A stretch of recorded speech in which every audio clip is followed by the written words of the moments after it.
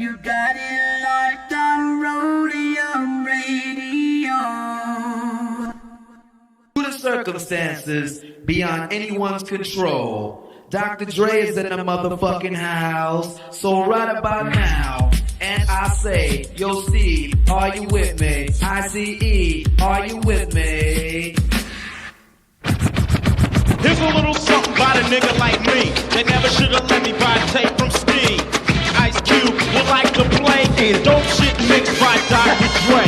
Since I was a youth, I like COMPTON. Now I like a motherfucking Roadium. Buying a tape or two, that's what the hell I do. You don't like Tony A? Well, fuck you, this is a game, and I'm in it.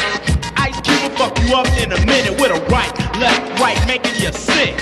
And then you see Tony A is on the mix.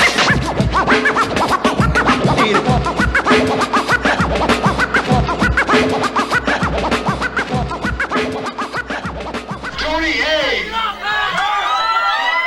Tony A. When you're ready, go.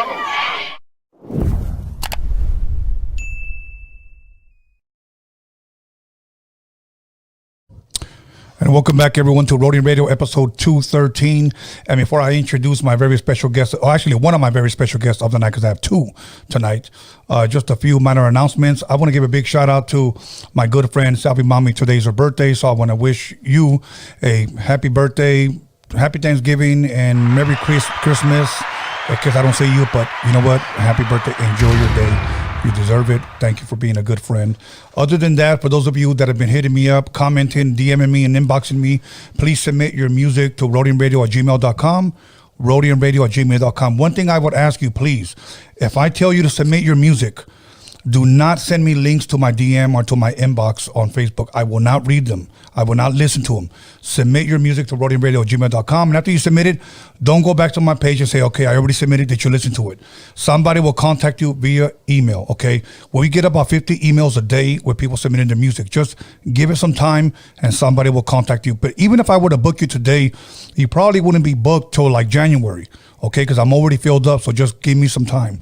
So other than that, if I have anything else to announce, I'll announce it before we go to break or during the break or whatever. But let me go ahead and introduce my very special guest of the night. This is the second time here. He's always welcome here. The door is always open. Everybody knows him from all the movies that he's been in. But today he's come to hang out with me, and we're going to chop it up, and we're going to hang out with you. Other than that, Noel G. How you doing, my brother? What's up, man? How you doing? Chilling, brother, I'm blessed. You know what? Thanks for that intro, man. That's what's up. And I also want to tell your friend happy birthday real quick, because I always say anytime in life that you get another birthday, that's a blessing. So I just wanted to put that out there and say happy birthday to your friend as well. Yes. And take every day as a blessing. So that's what's up. Absolutely. I got something I want to share with you really quick. All right, let's do it. Okay. You were here episode 64. This is episode 213. That's 149 episodes ago that you were here. That's what's up, man. So thank you for coming back. Congrats to you, man. Yes, for thank staying you. alive and getting even way more viewers than you already had. Yes, thank you for that, man. That's hella cool, man. And thanks for having me back, Jay. I appreciate that. Absolutely, absolutely. Let's take our time. Let's chop it up for a minute. Now, one thing that I wanted to bring up to you before we get into football, because I love football. 9 hours, man. Oh, okay, cool. Yeah, let's go. I'm with it. That'll work. You know, I saw on your page that you were in Philadelphia not too long ago, maybe a couple of months ago, maybe? Or what? In Philadelphia. Oh, Philadelphia. Yeah. Yes. I'm even trying to remember what I was there for. That I remember you got like, check where I'm at. You went to Rocky Steps. Oh, yeah. Okay. Now, Yeah. Okay. Now, It's all coming back now. Now, I wanted to ask you, like, what were you doing? Were you filming there? You know, I honestly forget. I don't know. But whenever I go somewhere, I try to go somewhere that I can't go to. Okay. You know, at home, obviously, or whatever. Right. So whenever I travel, I always try to go hit like a popular spot or a famous spot that it's something I can never see when I'm back home. You know what I mean? So I'm kind of like that one dork. I'm like, you know, if I'm in Philadelphia, right, you know, 10 most popular things to do. If I'm in New York, 10 most popular things to do. What's the most famous site or whatever? And like I was just in New Mexico like a week ago, and I looked that up, and I went to go see Billy the Kid. And go see, you know, learned all about Billy the Kid in New Mexico. So anyways, my point is, wherever I'm at, I always look up something I could do that I can't do at home. So for Philadelphia, it was Rocky. I had to go check out, you know, the house that they filmed in front of, go check out the statue, and go get my little moment. You know what I'm saying? Did you run the steps and raise up your hands I and had to. wave them like you just don't care? Mandatory, homie, mandatory. I got video on that. You know what I'm saying? That's dope. You know, the first time I went out there was in 1991. We had a show out there, and I told the promoter that picked us up at the airport, I said, hey, bro, I grew up watching Rocky. I believe I was like 12 or 13 years old. It came out in 1978, okay? So this was like 4 years ago. Exactly. So actually I was 10 because it came out in 1978. So when I landed there in 1991, I told the promoter, you have to take me to the Rocky steps. He goes, are you sure? And I go, yes. I fucking ran with those motherfuckers. And I'm not going to lie to you, bro. I cried. I got tears of joy, man. I love it, man. Those are classic moments. You know what I mean? And that's the only moment you get, obviously, if you're there, you know? Right. It's like you're from LA or whatever. It's like, I'll get to it when I get to it. But when you go somewhere else, it's like, man, I got to go see that now. Right. Because I won't get another chance to. You know what I mean? So, hey, but they hustle over there, though, bro. I don't know if you had this happen to me, happen to you when I. So there's guys who wear Rocky shirts and they got cameras around their neck and they make it look like a tourist attraction. So what they do is they line you up and then they say you got to pay them like $5 or $10 for the picture. Right. And I didn't even put two and two together. And I thought about that and I was like, man, I just got swindled, man. I gave that full $10 and I was like, all right, he got me because I thought it was like, you know, on a track. They're always there. It reminded me of that movie, Slumdog Millionaire, when he was standing under the tourist sign. Right. And then he was like, oh, I'm going to give these white people a tour, but he was getting paid for it, the hustle. That's how they got me at the Rocky statue. I was like, hell no. I'm still looking for it. No. See, now I had to put a Rocky right here. See, because that's my guy right there. I know. That's what's up. You guys see that right there. It's in the archive collection. That's exactly. And me and Tony, we can say that we actually been here. Yes, exactly. You know, now I want to tell you, said you were in New Mexico and you saw something about Billy the Kid. I never seen a picture of him. Do they have any kind of pictures? There's only one recorded picture of Billy the Kid, period, that is an actual picture of Billy the Kid. And that's the one most famous picture that he has everywhere, which is him standing with the rifle and the gun. And he's just kind of standing there leaning on it. And I found all this out at the museum, so don't quote me. I'm just quoting the museum, so don't shoot the messenger. Right. But supposedly there's a second picture of him that's in question. He was in the background of that picture. It was a picture that was taken of someone else. He was caught in the background, but the picture is still in question to this day because they don't know if it's real or not, and it was him or not. I know it was a long time ago. Like, how long ago was that, bro? Did they give you the years? Yeah, if I remember, it was like the early 1900s, like 1910 or 1905 or something like that. If I remember correctly, it was. You know, like because like today's it was early on. Yes. Yeah. In today's day and age, we're so spoiled because we got these things that we only saw on Star Trek back in the days. Right. Okay. Do you think you could have lived back then? It's not a question if you could have lived back then. I think if you lived back then, that's how you would have to live, period. Right, period. So, if I was back then, that's how I would be living, and so I would have to live like that. You get what I'm saying? I guess what I'm saying. I guess the better question is, would you want to live back then? Yes, would you want to live back then? No, probably not, but I think our best years that we had, to be honest with you, are the 70s, 80s, 90s, and early 2000s. Yes. I think those are the best years that anyone was going to get in their whole entire life, period, in my opinion. Yeah. Because I think the years ahead are going to be interesting. Very interesting. Best era of music for you. I'll give you mine first. Yeah. 80s. Oh, yeah. I mean, I'm going to have to go with late 80s because that's when I was kind of starting, early 90s. Mm-hmm. But my favorite, hands down to this day, he's still alive in my heart, is Tupac. I can't let him go. Okay. So that's my boy right there. And he's still coming out with stuff to this day. I know. Tupac making stuff dead and alive. You ever had an opportunity to meet him? Nah, never, man. That's one I wanted to get in the books. If I would have met Tupac, man, hands down, that would have been one of my best experiences ever. I shared this story here before. You got to meet him? Yeah, I'm already jealous. I'm already jealous, man. What hand shook his hand? This one right here. I got to shake that hand. That's what I'm talking about. I touched Tupac's hand. I got to get that on tape. This was 1992 in San Francisco. This was at a convention called the Gavin Convention. And that's where I met Shock G, DJ Fuse, the whole Digital Underground crew. Right. And he was there with his Gumby hairstyle. He was probably about 19 years old at the time. And he had a long trench coat at the time. It was cold. And he was waiting outside to get into the club. And we were tripping because we were thinking, Digital Underground, you need to just walk. No, everybody waited outside to go to this club. After that, we went to DJ Fuse, which is Digital Underground's DJ, and Pac was there, Shock G, Money B were there. And we took a group picture. And I told him, I said, hey, you want to get in? because I only knew him at that time from rapping to that song, same song. Oh, right. You know, that was the first rap song he was ever on. Right. I mean, publicly and right. got out. So I said, you want to get in? He goes like, 9. He goes, I'll take the picture. I didn't know who he was going to become. I get it. I get it. But he was a real quiet guy, bro. Like he hardly said anything. Yeah. When I saw you know him what later they say, on, right? The quiet ones you got to watch out for. Yeah. But go ahead. Very true. That's living proof right there. Yeah, very true. But like I said, and then I started seeing him the way he was acting. I'm like, fuck, that dude turned out to be, Right, the real deal. Dude, but let me tell you something about him though. Hearing him rap, and let's just be honest, beyond years, bro. Like his level of skill. I don't see kids his age today rapping, keeping up with him. Right. He passed away. He was killed at 25, and look at Biggie at 24. And let's be honest, these are just kids. No, yeah. But young adults is what I like to say better. But I get what you're saying. Yeah, yes, exactly. Well, I guess because I have daughters that are 26 and 25. We got a lot of 25 and 24-year-olds who still act like kids. Yes. They haven't grown up yet. Yes. Okay, so now, obviously, Tupac... And even 40-years-olds sometimes. Are you a fan of today's music? Not really, to keep it real, man. I play a lot of the old stuff still, to keep it honest with you. I'm not. I think a lot of today's music, just to be real and keep it up front, is trash. Yeah, well... Just to keep it 100. And I think it's even like with movies. I think it's very rare that you find a good, like a needle in the haystack, It's very rare that every now and then you're like, man, that's a good song, bro. Like that reminds me of, nowadays it's like talent don't exist anymore with social media and everybody could create their own outsource. Yes.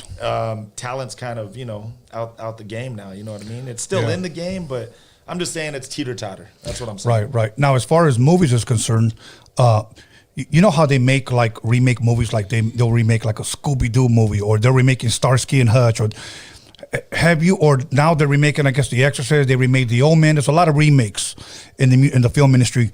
Have you ever seen a remake that was better than the original? There has. There's been a couple, but very, very few. You know what I'm saying? Like it's hard to like catch a movie where you watch part 1 and get a good part 2.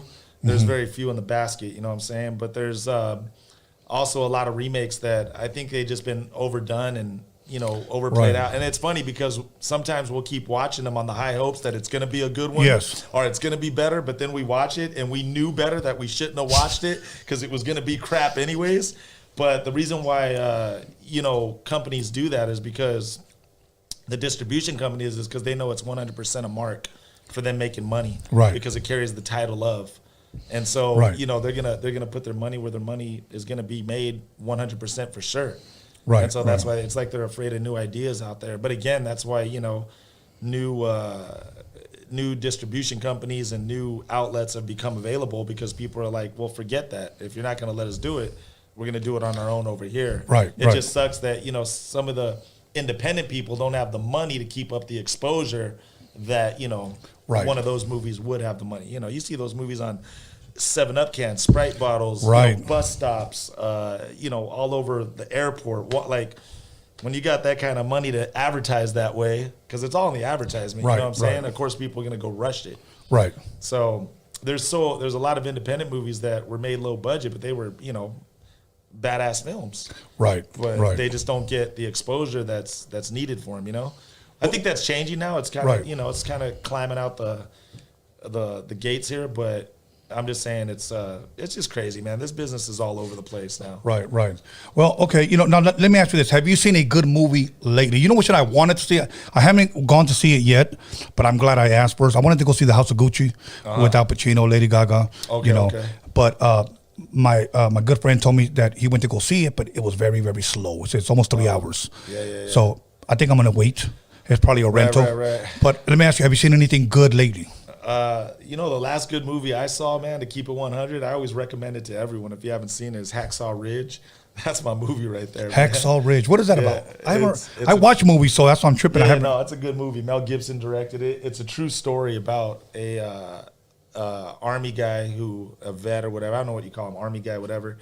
Wanted to be a paramedic in the army. Yeah. But he didn't believe in taking a gun with him to the army. Because he didn't want to go there to kill people in the war. He wanted to go there to help people who got injured in the war. And the army came against him saying that you can't serve in the war if you're not taking a gun to fight. Like, what's wrong with you? And long story short, you know, he beat all that, and they let him go to war without a gun to go help, and he ended up winning the Medal of Honor. He actually ended up because he had being a paramedic was in his heart. Yeah, he saved more people than anybody in that time of fighting. You know what? It's a crazy movie, bro. You got to watch it. But the reason why I like it straight up, straight out is because it's a movie of faith. And it's a movie that glorifies God. And that's kind of the trip that I've been on lately. So, you know, I'm trying to get people to lean towards that way. You know what I'm saying? So that's why I put it out there. But Machine Gun Preacher, Machine Gun Preacher stars Gerard Butler. And that's another good one, but those are my good movies, you know, that I tell people for me, you know what I'm saying? Right. And I got some other ones, too, that got nothing to do with faith, like, you know, Troy. I love Troy.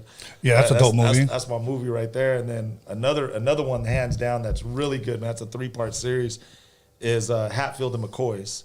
I haven't seen that one. That's my cowboy movie, man. That's if you like Tombstone and all that young gun, you'll love Hatfield and McCoy's. That movie, that's another movie about faith. And, you know, what this guy went through, but at the end, he turns his life over to God because too much became too much, you know what I'm saying? So, yeah. So those are the type of movies I like, man. But I like movies that don't have to do with faith either, but I'm just saying. Right. I guess those are inspiring, I guess. Yeah. That's dope. I say faith inspiring, but yeah. Okay. The reason why I've asked, because I like to see good movies. Lately, I just been on a documentary trip. I like watching a lot of good documentaries. If you want to watch a good one, man, check out America Facism and Freedom on YouTube. America Facism and Freedom on YouTube. I'll text it to you, but that's another good one to watch, and it's a real wake-up call with what's happening in the world today. And I think that's important that people need to know what's happening. And this exposes everything. Again, I say it again, America Facism and Freedom on YouTube. You got to check that out. Okay, definitely check it out, you guys. We got our look boy it up. Ryan back here. We need to. Yeah, he needs a mask or something. Yeah. Speaking of that, I'm gonna ask you a question. So please don't take it offensive. Most people do. Some people don't. Asking a person this question today is like, you know. This is where the show gets good. That's what we were waiting for. Yes, man. Exactly. It took you 20 minutes to get there, but we're there. Let's 15. go. Are you vaccinated? No, I'm not. Okay. I'm not getting vaccinated. My belief, I put it out there publicly on my Instagram already. Okay. I don't believe in the vaccination. And it's not for me. So. Okay. Neither have I. Just to let you. Now I will say this. I'm not gonna. I don't get offended, bro. You know, I think we live. Excuse my French, man, but I just got to be upfront and straight out because that's all I know how to be now. I'm past people who judge and all this stuff. I can care less, bro. But I think we live in a bitch-ass society nowadays. Of course. We got too many sensitive motherfuckers out there, and they're just bitches, man. They're sensitive about everything. And everything you say, whether it's right or wrong, is wrong. If you're right, you're wrong. If you're wrong, you're right. You can't win. You can't lose. It's like the old saying, damned if you do, damned if you don't. Correct. And I'm over it. I can care less, man. I'm going to say what I got to say, and I'll take whatever comes with it. But right. That's just me, you know what I mean? I'm sorry, I had a little moment there, but I'm just saying, like, I just don't care anymore, dog, because I think, you know, it's like people always say certain things like, well, we shouldn't talk. And exactly, that's why things happen. Right. Because it wasn't discussed. And then, you know, it's like letting slime rise and all. I don't know. I'm over it. But. Okay. I mean, it's like there was like a quote. That's my nickel, you know? Yeah. Go ahead. There's a quote that I read on social media that says, we live, and I'm just kind of paraphrasing it, we live amongst a generation that claims they don't give a shit, but are easily offended. And it's very, very true. It's very, I'm like, I concur. We can't even have an opinion anymore because they may offend somebody. And I started seeing that people would say, well, you can't say that it offends. Well, you know what? I have my First Amendment right to say what I want to say. You know, I'm not trying to offend you, but this is what I believe. This is what I stand for. Yeah, but maybe you shouldn't say because it offends people. Well, offending someone is not an amendment. You know, you can't say that under the amendment of offensive. You know, but there are people that do feel that way. You know, and to me, I'm riding it with you, bro. I don't understand this generation of work, and I think it's only going to get worse. It is. So it's only going to get worse. But now, Ask any question you want, dog. I'll tell you straight up what I will and won't talk about. I don't care. I'm an open book. Yeah, I know, but I'm trying to say some of the juicy stuff. So yeah, go ahead. Let's go. So I'm just trying to spoon feed them a little bit. I got you. How did you spend your Thanksgiving? So tell your viewers to put on their bibs, man. Take off your mask and put on your bibs. Ready to get messy. But how was your Thanksgiving? I want people to know how Noel G spent his Thanksgiving. My Thanksgiving was good, you know. I always share with people, and this is not a sad story, and I could care less whether people like. It's not even like that, you know. Just if you can't tell the truth and what the truth is, then why are you even saying it? Right. In other words, the truth is just the truth. Whether yes, you know. But holidays are never really good for me because I have no family. As I told you in the first interview, correct. I never met my mom's side of the family or my dad's side of the family. So holidays, I always spend alone, really, to be honest with you. I do get a lot of invites to people's houses because my personal friends know my true story. And if anyone cares that is that deep of a fan or not or what, can see it publicly on YouTube. But I'm just saying, I got no family. So when it comes around to holidays, I just kick it by myself and I chill because I got no family. So I don't go anywhere. And the reason why I don't like going to people's families' houses, right. I get a lot of invites. I always get, like, I'm not Kevin Hart of The Rock, but I get a lot of invites. And the reason why I don't like going to people's families is because I don't want to feel like I have to be attended to or because he's not the family member, like, oh, we got to give him attention. And you know what I mean? It's just kind of, so I always, you know, come up with an excuse not to be, except my personal friends. They already know straight up. Even though they invite me every year, I tell them straight up, I'm like, man, I'm cool. Like, I can't go. So, so I just chill, you know. Now I have to ask you this. I don't know. I know we had a dope interview the first time. Whatever to me. I still celebrate. Okay, but they're whatever to me. Okay. Did you watch the football game, the Cowboys and the Raiders game? Nah, man. But I heard it was a good game, man. I didn't get to see that game. I already know. I already know, man. It's all good. Yeah, I know. I'm a Raiders fan. I ain't gonna front, but I'm not hardcore like that. You know what I mean? Like, right. I'm a fan, and it's not like I'm, you know, I know every player and their stats and blah blah. I'm a fan, and if I catch a game, I catch one. If I don't, I don't. Now I'm gonna man up really quick. We're the worst team in the NFL, but if you're a true fan, you ride all the way. Now I'm gonna man up really quick because I know a lot of you guys know that I'm a big time Raider hater. This is where you start to see the hair on his chest. Yes, exactly. All right, go ahead. And you guys won fair and square. I can sit here and try to debate why we lost, but it doesn't even fucking matter. We lost. Okay, so I hope you let the Raiders have one, bro. We hardly get one. Let us have exactly. One. So Let us have a moment. Enjoy that one. Happy Thanksgiving. And any plans, brother, for Christmas? I know you say the holidays, but do you ever try or plan? You know, let me just try something a little bit different. No. You know what I use? You know what I do with the holidays to keep it 100 with you? That's where I take a lot of time to self-reflect and focus. Okay. And so for this Christmas, for example, knowing that I'm going to be alone, I got some ideas, you know, because of what's happening in the world. Right. It's kind of renewed my thinking. I've already known it from way before. Right. But I'm more so now putting it out there than I did way before. Okay. So these holidays, man, I'm just going to spend time by myself to take care of some business for 2022. And, you know, I say it like this: whoever listens, whoever don't. It don't matter either way. I'm just going to keep on doing me. Okay. Now, last time you were here, episode 64, if you guys want to go see it, I asked them the Hector question. Okay. And then he said in Hollywood, there's two names for Latinos, Hector and Carlos. Right. Make sure you guys go check that out. Okay. We're going to talk about that. But some people wanted me to bring up certain movies because I get some people that, can you ask them this? Can you ask them that? Can you ask them this? Yeah. They didn't necessarily just like have a specific question, but like some people will say, tell them that my favorite movie was Training Day. Can you talk a little bit about that? Training Day was cool because that's the movie that kind of kicked off the roller coaster, you know? So to work with Denzel, humble cat, cool guy. Right. Got nothing bad to say about him. The only thing about Denzel is when he was in work mode, you knew that you shouldn't approach him because he was in work mode. And so, you know, you kind of knew to respect that. You know what I'm saying? Right. Ethan Hawke was a little more open. You can talk to him whenever you could talk to him. And he was kind of like, you know, he was the type of guy, like right when they said action, he went from like, hey, what's up, dog? How you doing? And boom, right into the scene. And so, you know, it was a little, but yeah, but it was a cool experience. I can't knock that ever. You know, it was one of the best. It was one of the best times of my life. You know, shooting a big movie like that. Yeah. So, okay. Yeah, it was cool. Somebody else asked me, tell them I love them in the Purge Anarchy. Yeah, I like that one because I got to act a little crazy and go over the top, and they let me play with the That was a script dope on that. movie, though, So, man. I like that I know. movie. It was actually, I liked it, man. I'll be real. I'm in some movies, I'll tell you straight up, they suck, but the check didn't suck. Right, You know of what course. I'm saying? So I keep it 100, whatever. Just because I did this movie or that movie don't mean they were all great. Some sucked and some were good, you know? Right. But I thought Purge Anarchy was a good one. Training Day, of course, like whether it was me in that role or someone else, hands down, that movie was badass. Badass, You know yeah. what I mean? But there's some movies that I don't even claim, you know?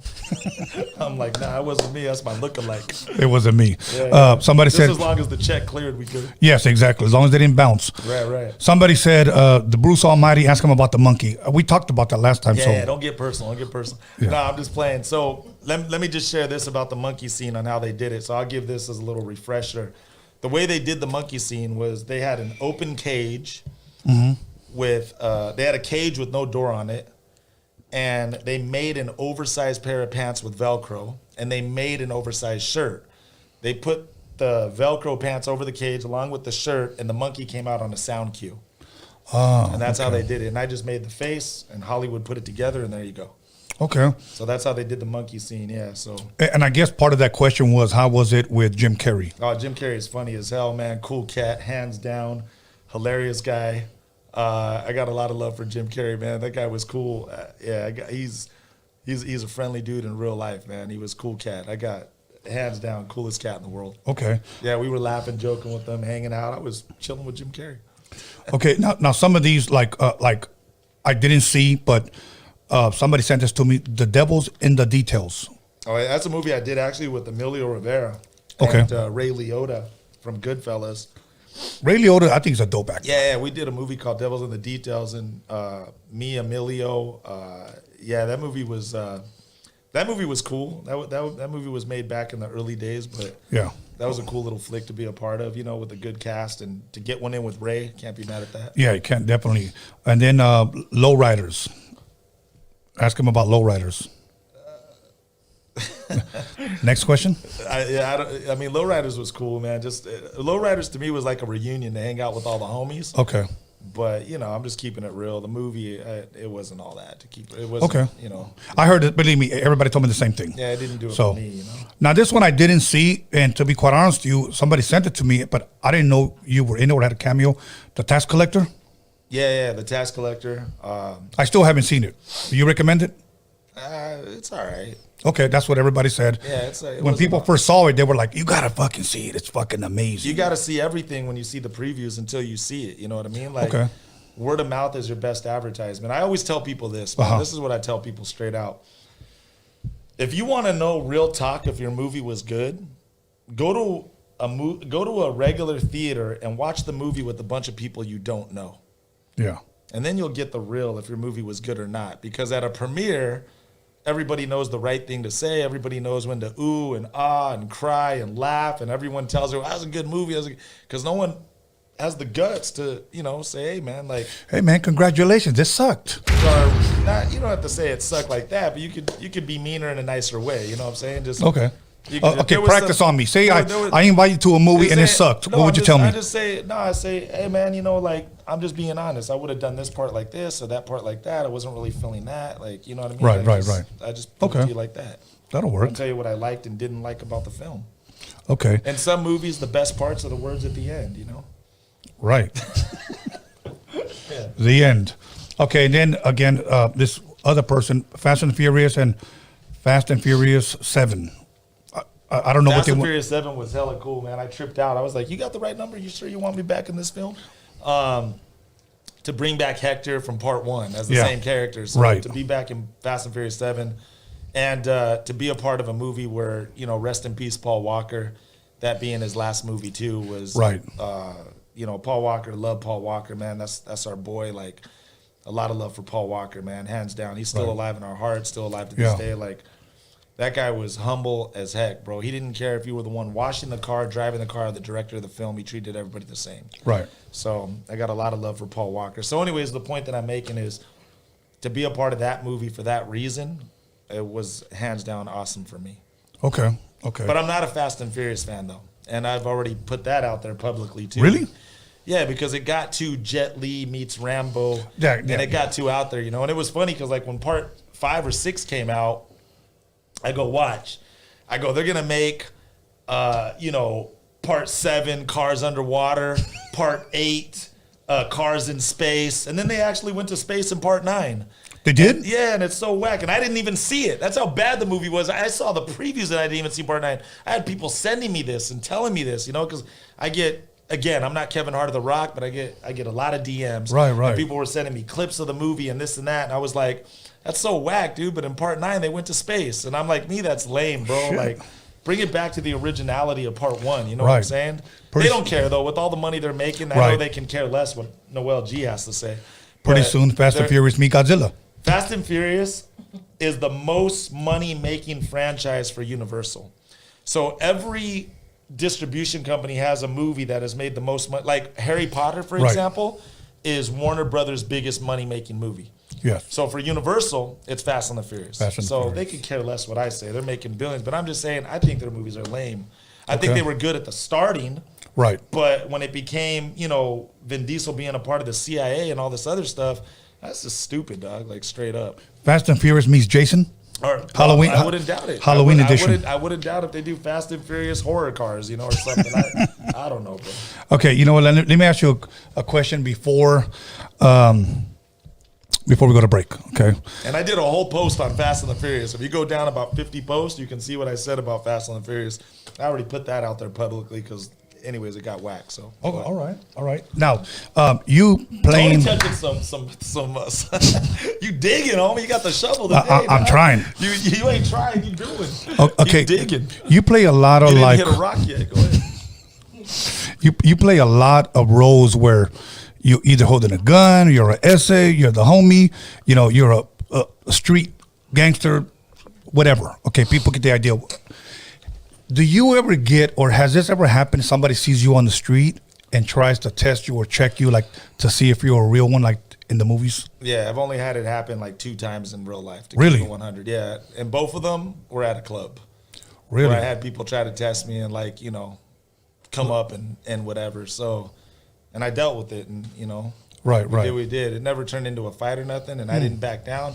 Right. I say this. I got my ass kicked a lot. But you can never say Noel G got backed down from a fight. No shit, you admit that. I admit that. Yeah, I got my ass kicked a lot, but again, I've never ever backed down. Of course. But no, I got my ass kicked a lot, man. All right, you guys. I just think it's funny, when people test you or whatever. I'm just like, I don't know. It's just funny. It is what it is. You deal with everything when it happens then and there, right? Yeah.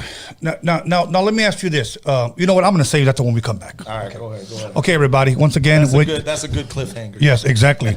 we're just scratching the surface. So once again, call somebody, text somebody, slap the shit out of somebody, let them know that Noel G is in the motherfucking building, and we'll be back in 10 minutes. Hey, how you doing? It's me, Little Easy E, Eric Wright, and a lot of you know me, know I like to smile.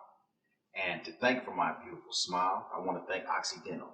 That's Occidental Hollywood. So check this out. For all your dental needs, be sure to come to them because they'll be there to take care of you. That's Occidental in Hollywood. Check them out.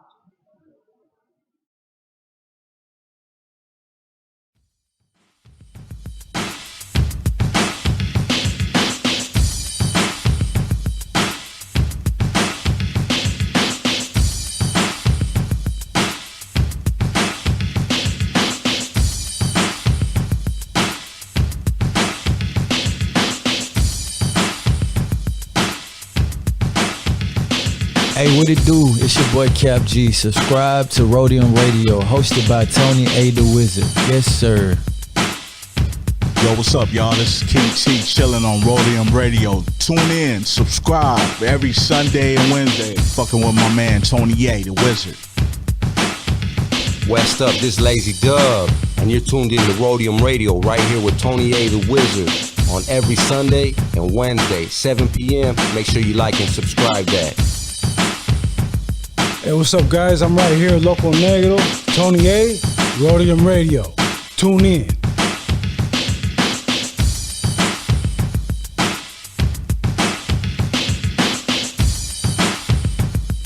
Yo, what's up? It's your boy MTO right here with Tony A. the Wizard on Roadium Radio. Make sure you like and subscribe and tune in every Sunday and Wednesday. What's up, everybody? It's your homegirl Lovely, and I'm right here at Roadium Radio with my boy Tony A. the Wizard. Make sure you subscribe and check him out every Sunday and Wednesday. It's Nina Beretta with Roadium Radio and Tony A. the Wizard. Tune in Sundays and Wednesdays. Like and subscribe. What's up, everybody? This is the Puppet Master chilling with El Triste. Follow and subscribe to Roadium Radio with Tony A. the Wizard.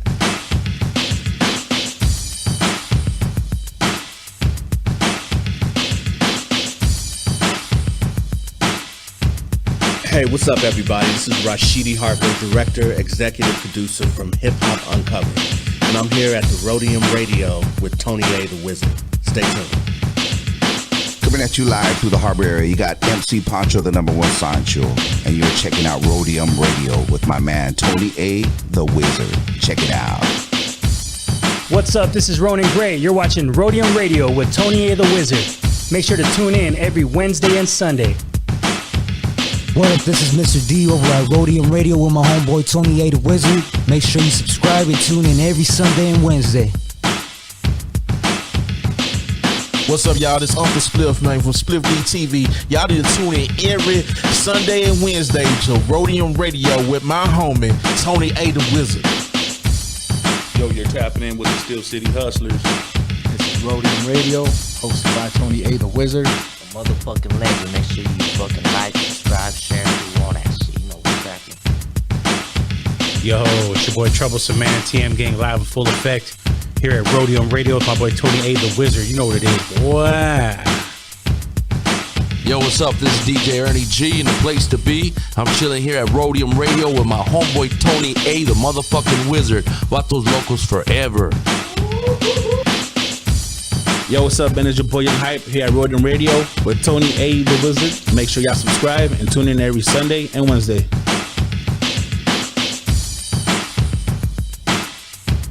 Yeah, doggy. Yo, what's up? It's Anthony Campos, a.k.a. Big Citric, inviting everybody to tune in and subscribe to Tony Vision, Roadium Radio with your host, Tony A. the Wizard. What's happening? It's your boy Bobby Castro, and I'm here at Roadium Radio with the homie Tony A. the Wizard. Make sure to like, subscribe, check out the shit. What's good, y'all? Eric Bobo from the mighty Cypress Hill, chilling right here on Roadium Radio with the homeboy Tony A. the Wizard. That's right. Hey, everybody, this is Cliff Ritchie, and I'm here on Roadium Radio with Tony A. the Wizard.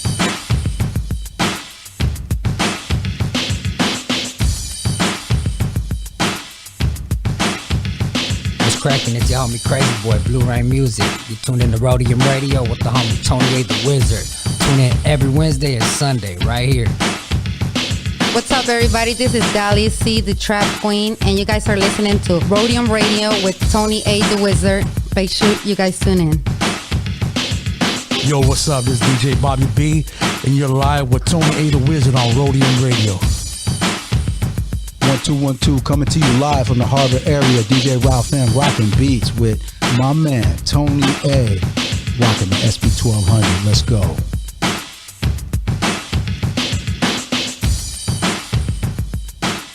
Yo, what's up? This is DJ Yeller coming straight out of Compton, Roadium Radio with my boy Tony A. the Wizard.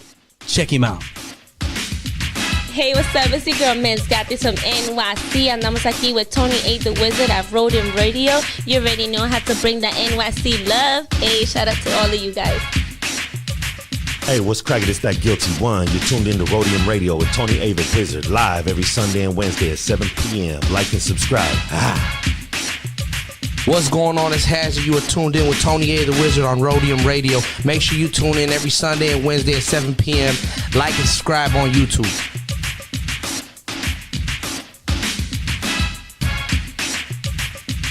Yo, this is your boy Invincible, and you are watching the Roadium Radio Show with Tony A. the Wizard. Make sure you're tuned in and watching. Ooh-ah. What's up, guys? This is Isabella Soul, and you're tuning in with Tony A. the Wizard on Roadium Radio. Make sure to like, comment, and subscribe. Peace. What's up, guys? It's your girl J-Rox. I'm here on Roadium Radio with your host, Tony A. the Wizard. I'll make sure to tune in on Sundays and Wednesdays, and don't forget to hit the subscribe button. Yo, what's up? This is Jose Homicide. You hanging out at Roadium Radio, hosted by Tony A. the Wizard. Like and subscribe.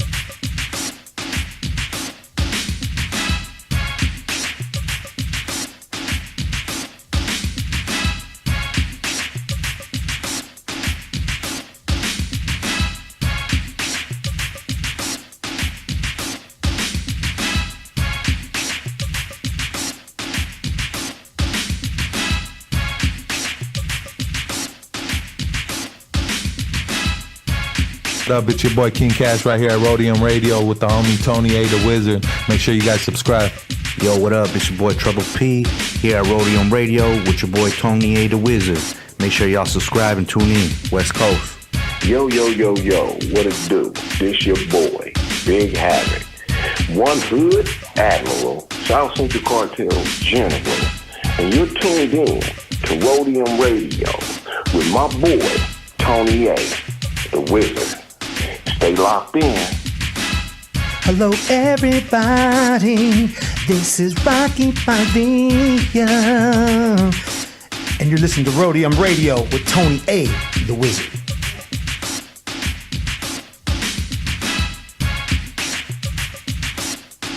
Hey, what's up my people? Hey, Trouble Kid right here, you know, in the house. Shout out to Tony A. The Wizard, and shout out Roadium Radio. Much love, thank you for having me. What up, world? It's YQ, Young Quicks, and right now you're listening to the OG Tony A. The Wizard on Roadium Radio. Make sure to keep it locked, subscribe, comment, hate. It don't matter, man. We get into it. It'll 5 stand up. Hey, what up? It's your boy Mark Cruz. You're now tuned in to Roadium Radio with Tony A. The Wizard, the legend. Tap in.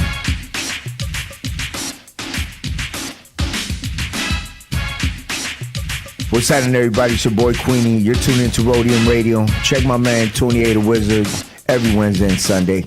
Stay tuned. Comment, like, subscribe, all that good stuff. You know what it is. What's up, pimpin'? It's your boy Johnny Boy, aka Mr. Las Vegas, at Roadium Radio with your boy Tony A. The Wizard. Yes, catch us every Wednesday and Sunday. Yeah. Hey y'all, this is Elvia Cadena here at Roadium Radio with motherfucking Tony A. The Wizard.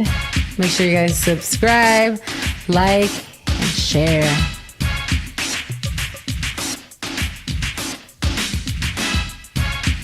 Can I get a moment of your time? Hey, it's your boy Lucky Sun Zoo from Hood Starks Podcast. Hey, fuck with one of the best podcasts in the game, Tony A. The Wizard, Roadium Radio. Don't motherfucking play with it. Don't sleep on it. Hey, H.A., stand the fuck up. Yes, sir. What's up? This is Clever from the brown side. Make sure you guys tune in to Roadium Radio with Tony A. The Wizard. If not, you're a bitch. What's cracking? It's your boy Young Thrive right here with the homie Tony A. The Wizard on Roadium Radio. Don't forget to subscribe, man. Check out the best interviews on the West Coast. Yeah.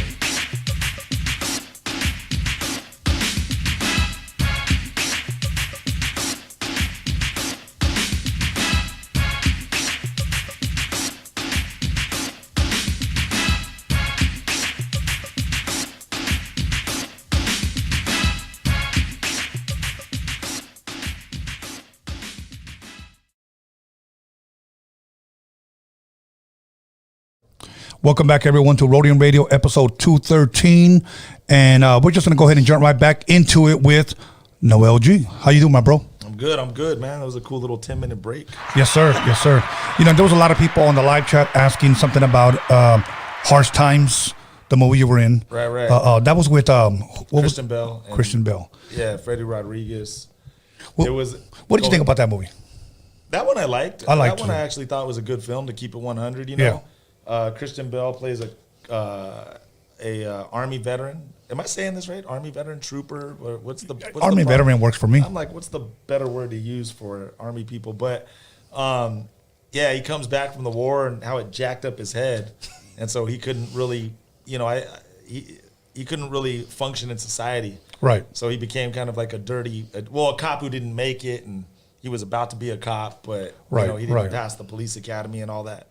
And how it just jacked him up. I thought that was a good movie to keep it 100. I like that movie. It didn't really get its fair shot, though. You know what I'm saying? Like, it didn't really get advertised the way that it should have been advertised. Mm-hmm. I know kind of the inside story on that. The distributors took it last minute, and then they rushed it within like 2 weeks, and it didn't really get its fair shake. Oh. So that movie would have got a lot more exposure if it was advertised correctly. Okay. That was another big one, though, with a lot of people were up in there. You know what I mean? Yeah. Terry Crews, a lot of people, man. Emilio Rivera was in that. I believe my boy Big Citric had a cameo in there. Big Citric was that. My scene was with Big Citric. That's my boy right there. That was dope. That was dope. Yeah. That's where me and Big Citric, I think, first met, and then Yeah, that's what's up. I love Big C. That's my boy. Yeah, I've been knowing that. I've been knowing Citric for a minute. Yeah, he's a cool cat. Now you know what? Now, okay, I don't know how this is true or how true this is. Somebody told me years ago, and this is something that's going to be a little touchy to certain people, but I'm just trying to tell you what somebody who was in the industry told me. This is not coming from me, but he said, if you ever want to make it, if you're an actor and you ever really want to make it big in Hollywood, eventually you're going to have to play a gay role or throw on a dress. Have you ever heard of such a thing like that? That's one theory. I'm gonna tell you that, but okay, I wouldn't play a gay role straight up. That's just not like I won't. You know, I'm like Dave Chappelle. You ever seen Dave Chappelle on YouTube? He said, "Won't put the black man in a dress." He ain't gonna put the homie in a dress. Like, I'm good. Okay. I had one person here that said he was an actor. You know, he does a lot of cameo appearances, and he told me I would do whatever it takes. So I asked him the question. You know, if they gave you a movie with Robert De Niro, would you do it? He said, yeah. I go, now, if you had to make out with him, would you still do it? And he goes, I have to think about it, but I don't think so. Yeah. Like, he literally said, I'll have to think about it. What I give him props for is being straight up and straight out. You know what I mean? I give him props for that. But, yeah, and me, no judgment. You know what I mean? To each their own. Right. I got no judgment on it. You do what you think is right for you. But I'm a little old school, and you know, I can't wear like the tight pants. And I just can't. I'm just not there yet. You know what I mean? Like, right. And actually, I say I won't be there at all. But, okay. I don't know why I said yet, because I'll never be there. But you get what I meant by that. I'm just saying, I'm not there. I'll never be there. And again, to each their own. You know what I mean? But that's just not my style. Never will be. Right. Just can't do it. Have you ever been offered roles like that? I had 2 roles that were offered to me. One, and I'm not gonna front, man. The money was like, damn. But I still said nah. Can you tell us a little bit about it? Yeah, it was. I even forget the movie, man. This was years ago. This was like before 2000. This is like 2003 or 4. But there was a movie that they wanted me to play a gay role, and you didn't reveal that I was gay in the movie until the end in the shower scene. And I was like, nah, like I'm cool. Like I didn't even like. Right. And the only reason why is because I had another guy that was in the industry who heard that I was getting offered the starring role. And he called me to ask what the hell's wrong with me? Why am I not taking the role? Right. And I was just like, because I'm cool. Like, I won't play a gay role. Right. And I didn't take it. So I was talking to a guy, I want to say maybe about 5 years ago. He had graduated film school, USC. I won't say his name, but he came over here. He was filming a documentary. He according to him, you know, he does a lot of documentaries for Hollywood, but he was doing a documentary on a group, and I knew this group, so he just kind of like wanted my insight on what I thought of the group. So when I recorded here, he asked me a question. He says, "Hey, Tony, I want to ask you something, man." And he goes, "I know you've been in the music industry for a long time." He said, "If somebody ever offered you a role like that, a homosexual role, right, would you ever do it?" I was like, "Nah, bro. I couldn't even fake that." I said, "I couldn't, you know." I said, "I couldn't even hold the guy's hand or hug him. Spoon with him or whatever. I can't do that." So he said, "Can I talk to you about something?" He actually opened up to me, and it shocked me because I just barely knew this guy. And he said that he was at a certain big company, one company you mentioned, I won't say it. And he got hired to do a documentary. So he said when he pulled up into the parking lot, there was a guy staring at him in another car. He goes, and what I do, he goes, "I'm a praying man." That's what he told me. He said, so I bowed my head and I lifted up my hands and I started praying. He goes, and then when I finished praying, I looked up. The guy's looking at me and he's going like this. You know, and he goes, and he's of a distance, but we can see each other. So I didn't know who this guy was. He goes, so as I'm walking in, he's the guy that I talked to on the phone that called me to hire me. He goes, and he told me, before you walk into this door, he introduced, "I'm so-and-so. I'm the one that called you." "Oh, okay, how you doing?" He said, "But before you walk in that door," he said, "you leave your morals, you leave your faith, you leave your heart, you leave everything at the door. In Hollywood, there is no right and there is no wrong." So he goes, that shocked me. He said, because I didn't know now if I should be working for this company. He said, so he just told me, "I don't ever want to say you're praying again. You're going to do that at home, but not here." I thought that was so I asked him, like, well, what do you want from me? You know, and then he just says, what would you do? And I said, look, if I'm praying, that's it. They can't take that away from me. So now, have you been, because I know on your page you do share some, and I'm not going to use the word religious, your faith. You do share your faith at times. Have you ever been approached with something like that? Like, hey man, I know you are sharing that on your page, but don't bring that to the movie set, or don't bring that to Hollywood. You ever been hit up with something like that? Yeah, I have actually. First off, I say this though, just to let you know something. I don't believe in religion. Right. Okay. I think religion was man-made for power, and it's a system. And if you feel like you can't keep up with the system, then why am I even doing it? Mm-hmm. My belief, and I never push my belief upon anyone else, to each their own. Right. Is it's a personal relationship. Because when you're standing before God, it's not going to be you and a priest, you and your best friend, you and mommy and daddy. It's just going to be you and God, and you're going to have to answer for yourself. Okay. So that's why I don't believe in religion. I believe in a personal relationship. Again, that's just my belief. Of course. Everyone believe what you want. That's mine. I was approached one time where a guy told me that I can get like this $1 million deal with Puff Daddy. And it was for Bad Boy Clothing. Okay. But he told me there's a problem. He said, on your Instagram, you talk about God a lot. And he goes, that doesn't keep up the image of a bad boy. So he said, if you want the deal, like, that has to stop. And I turned down the deal. And this was a guy who was pretty big. He's got deals with Kim Kardashian and other things like that. So wow. I gave that up to, I said, no, I can't do that. I'm not going to give up that for that. Because at the end of the day, I answer to God, not man. Right. So, and then, the other thing is, you hear individual stories in Hollywood and things like that or whatever, right? You're going to hear a different story from every cat. Like, I tell people, like, sometimes people will ask me, like, how do you be an actor? You could put 10 actors against a wall, and you'll get 10 different answers on how you can be an actor. Right. And then at the end of the day, you got to make the choice, which one made the most sense to me, who am I going to go with?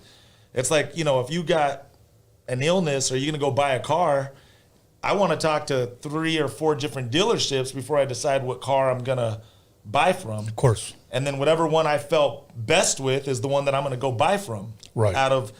So my point is that you're going to hear 50 different stories from all kinds of people. Right. You got to go at the end of the day, you got to go with what makes the most sense to you. Right. And so when I really dissected God and got to know him and got a personal relationship with him, and really, instead of being one of those guys who, judged what was being said, instead of trying to understand why it was being said that way and what was said, it, renewed my mind, because that's what God does. A lot of people are like, you're brainwashed. Well, my brain needs a washing from the streets. And so I'd rather have the cleansing of Jesus, you know what I'm saying? So yeah. My point is like, when you hear a different story from each person, the reason why I chose God is because at the end of the day, God just makes sense to me. Okay. And when you really break down God, he just makes sense. If you right. But you'll only know that if you really truthfully get to know God for yourself. Mm-hmm. Not hear what every Tom, Dick, and Harry is saying about God. Right.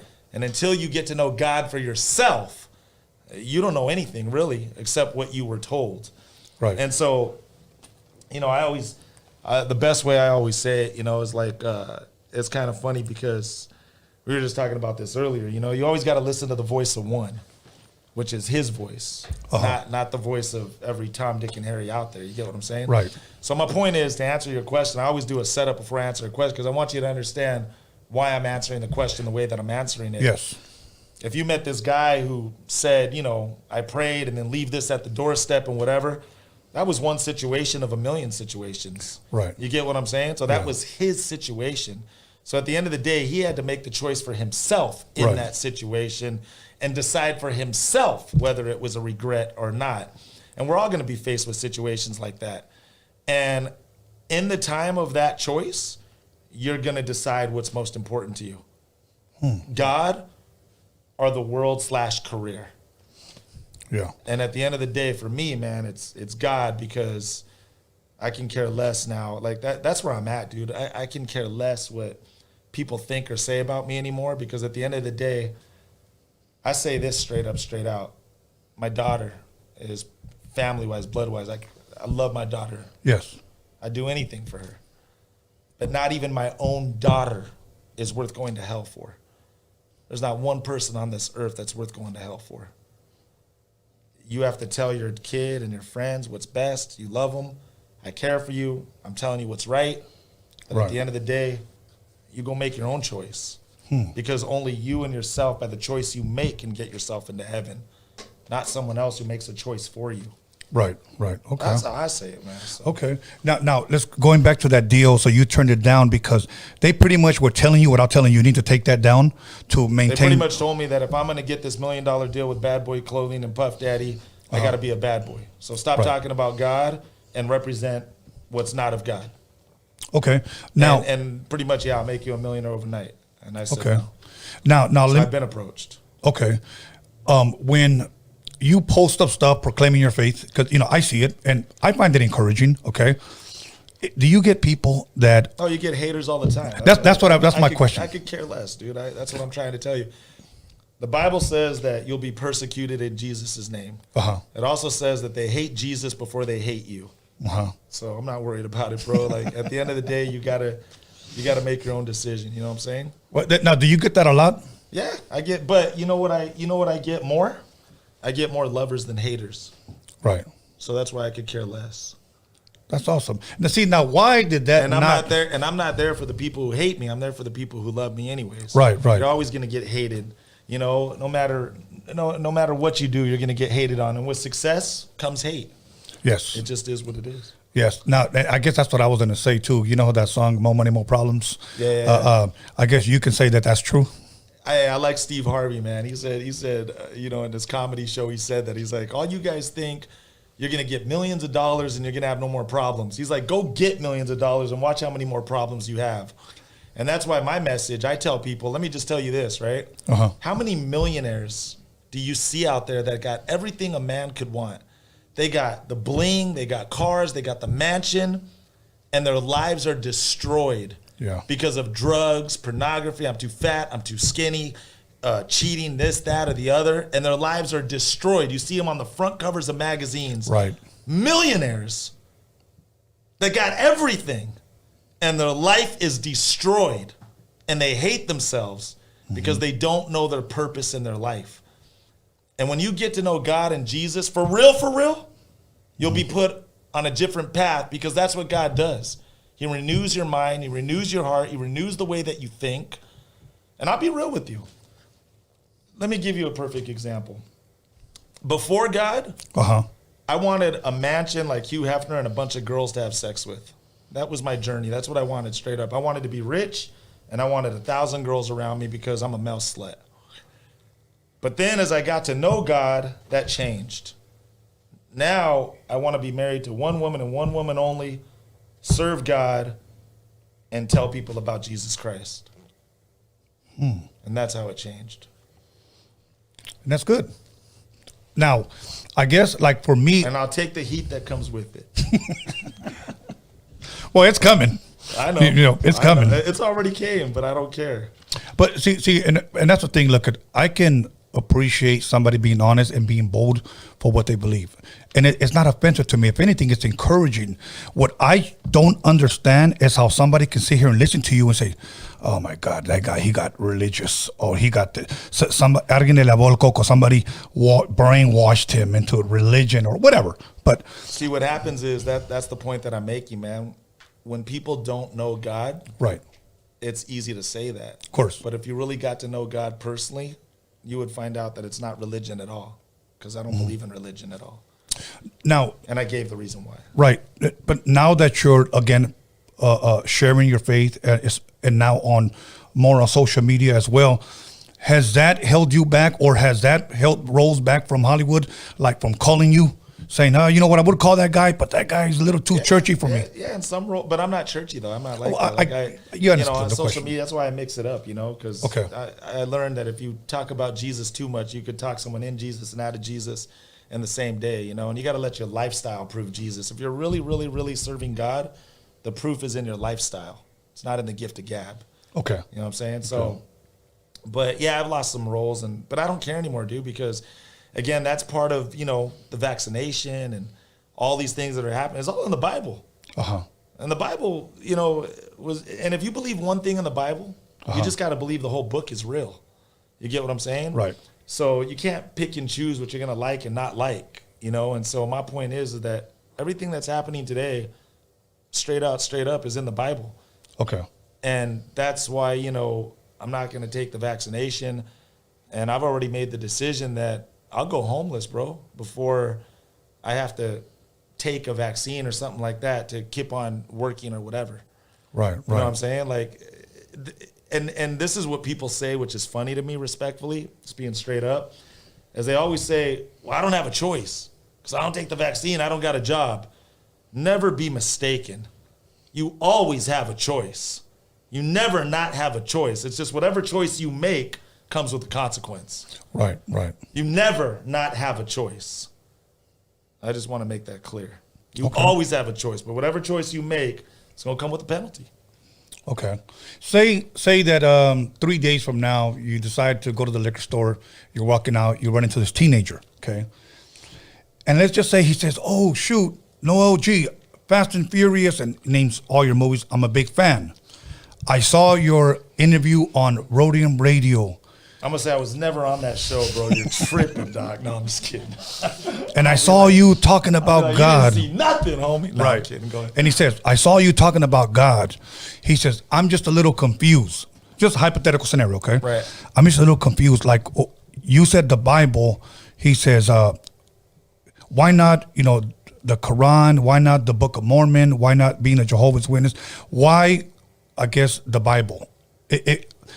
Out of all the religions, why did you choose that one? What would be your best answer for maybe somebody that's listening to right now? Well, I would first say what I said already. Right. That religion doesn't exist. Okay. Religion was man-made for power. Okay. That's the first thing I would say. Okay. And then the second thing I would say is the reason why the Bible, why God, is because when I really got to know God, it just made sense to me. Okay. And that's why I chose God. It just makes sense to me. But the only way that you're going to know that God makes sense to you is by getting to know him. And I'll give you one small example and I'll make it quick. Okay. Right now, I would tell you, don't even trust God right now. Don't even trust him straight up. Just get to know him first. And then once you start getting to know God, then you'll start to trust him. And what do you do when you start trusting someone? You start loving them. And then what do you do when you really genuinely love someone? You don't want to hurt who you love. Right. And that's how God works. And so once you get to know him, you'll start, and that's why someone earns the best friend title. Right. Because you got to know that person, and your best friend could say something over here, and the one other guy could come and be like, oh, dude, your best friend said this, that, and the other, and he was tripping.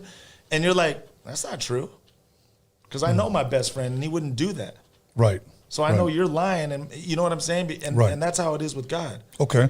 So last question with this imaginary kid. Yeah, go ahead. And he says, okay. The imaginary kid is the little Tony inside of you. I got it, but go yes. ahead, So I'm kidding, bro. Go ahead.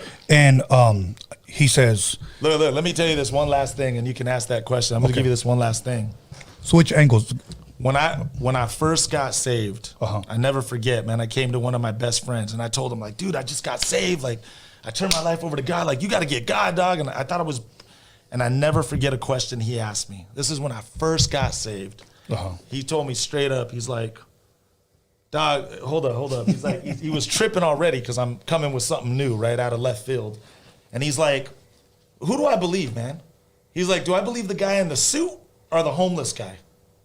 When they talk about, like, who do I believe? Right. And at that time, I didn't have the answer. I didn't have the answer because I just got saved. I didn't know God yet. And if you don't know God, you don't know how to defend yourself in the Word of God because you don't have the Word of God in you because you don't know God to know the Word, to know how to defend yourself with God's Word. Right. Okay? So when he asked me that question, I was like, you got me, bro. I don't know what to say. But now fast forward, I wish he would have asked me that because now I know the answer. Yeah. It don't matter what you're wearing. You trust the guy who knows the Word of God because you know the Word of God to know that he's saying the truth and the real about the Word of God. You get what I'm saying? Yes. That's how you know who to trust. But if you don't know God yourself and someone's claiming God, you don't know if you could trust them or not, if they got the gift of gab or smooth talk or whatever. Right. Because you don't know the word of God yourself to know if they're telling the truth or not, regardless of what they're wearing or what they look like. But when you know the word of God, I get a little passionate, I'm sorry. When you know the word of God, you can defend yourself because you yourself know God to know if someone else is real or fake about God. Make sense? Yeah, no, it does make sense. And I don't mind you getting passionate. No, go ahead. I get passionate, homie. Go ahead. No, it's all good. You know why? Because I'll tell you what, I had a friend years ago tell me, he started going to church and he gave his life over to God and everything. And I said, what convinced you? And he said, the way that guy was speaking, he was so passionate. So, there it is. So let's just say this kid says, okay, you said don't trust God, but get to know God. So now he answers you, how do I get to know God? What's your answer? The way that you spent alone time with your best friend to get to know your best friend, that's exactly how it works with God. You spend intimate time alone with God, which is reading the Bible and his word. And then I asked my pastor this one time, and I'll give you two perfect examples and make them quick. I asked my pastor one day, I said, hey, pastor, because I tell people this. You know what the stupidest question is? The stupidest question is the one that you do not ask. If you don't know something, you got to ask. Even the Bible says, think childlike and ask questions like a baby kid would ask. Why do birds fly? Why stars? Ask anything you want, right? Right. So that's the first thing. The stupidest question is the one that you do not ask. So if you don't know something, you got to ask, right? So to answer your question, the way that you get to know God is by spending intimate time with God, being alone with God. Can you talk? I'm asking you, can you talk? Yes. Then you can pray. Okay. Because that's what praying is. It's just talking to God, right? So the way that you get to know God, and I asked my pastor this, I said, let me ask you a question. I said, if you never went to church a day in your life, you can care less about church, never went a day in your life, can you still be saved and go to heaven? And my pastor was absolutely 100% yes. But he said this, though. He said, but let me tell you why I don't encourage it, though.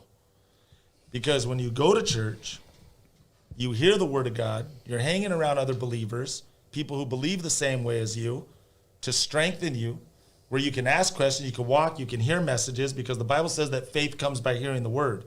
The only way that you're going to have God inside of you in the faith is if you keep on hearing the word. So you go to church, that's the recommendation, because it will keep you in the strength of God. It will keep you around other people who believe the same as you. And what happens there? Iron sharpens iron. And you know what you do? You surround yourself with godly people who are talking about God the same way you want to know God, they want to know God, and everyone's learning together. Does that make sense? Yes. Yeah. So if you're that little kid watching, there's your answer. Yeah. And I just want to make this clear too. In church, you're always going to find fake people. You're always going to find hypocrites, two-faced people, et cetera, et cetera. But they're everywhere. And I just want to make that point. So I just wanted to say that. And let me give you this last thing, Tony. I'm going to ask you one question. Yes, sir. Right here in front of everybody. Yes. If you're at your house right now with your kids, your family, and you're chilling, right? You're just kicking it. And some dude knocks on your door who you've never seen or met before in your life. Right. And he comes and he knocks on your door and he says, hey, man, let me in the house, homie. I just want to get something to eat, take a shower. You mind? What are you going to say? Well, first of all, my first gut answer was no, because I don't know who this person is. So I'm not going to let a stranger inside of my house with my babies or my grandbabies, and I don't even know this person. So let me cut you there. That's exactly right. So guess what? Heaven is God's home. And when you're standing before God and you say, let me into heaven, he's going to say, nah, because I don't know you. That's a good one. And that's what I'm trying to tell you. Serving God is a personal relationship.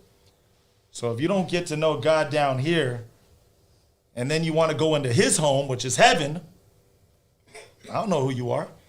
You've been hanging with the devil your whole life. Go chill with him. And you go downstairs instead of upstairs. So that's why I tell people, man, it's all about a relationship. God is going to know your ups and downs, your do's, your don'ts. That's good.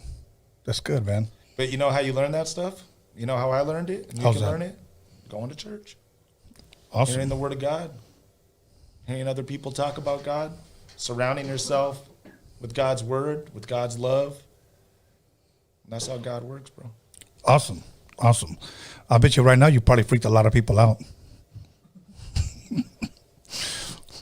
People gonna start unfollowing, bro. That's all good. I don't care because I want quality of followers, not quantity. Yes. Okay. Now let me just ask another question because this one, a couple of people sent me this. I had a lot of people that wanted to come. Back to normal talk now. Yeah. Yes. Kind of.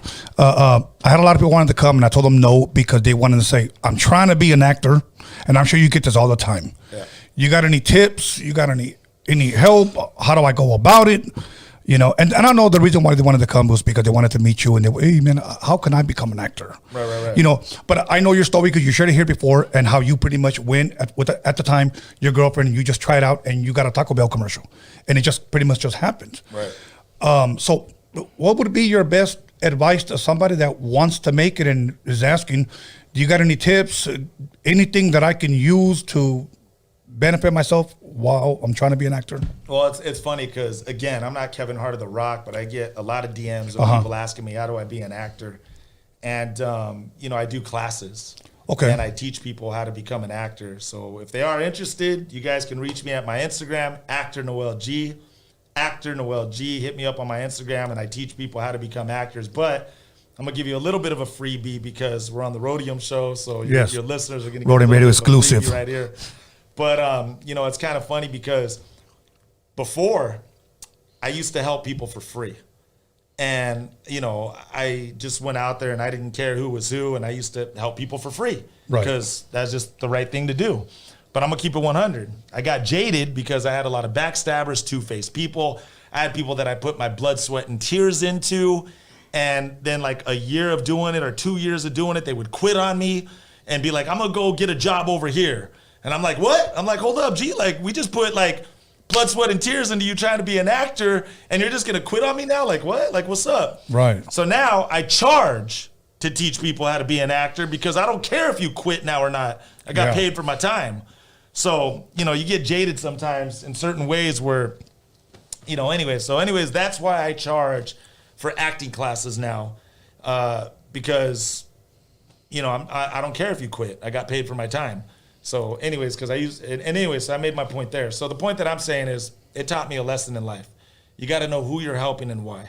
Before I mess with anybody, I do a heart check and a personality check first. Yes.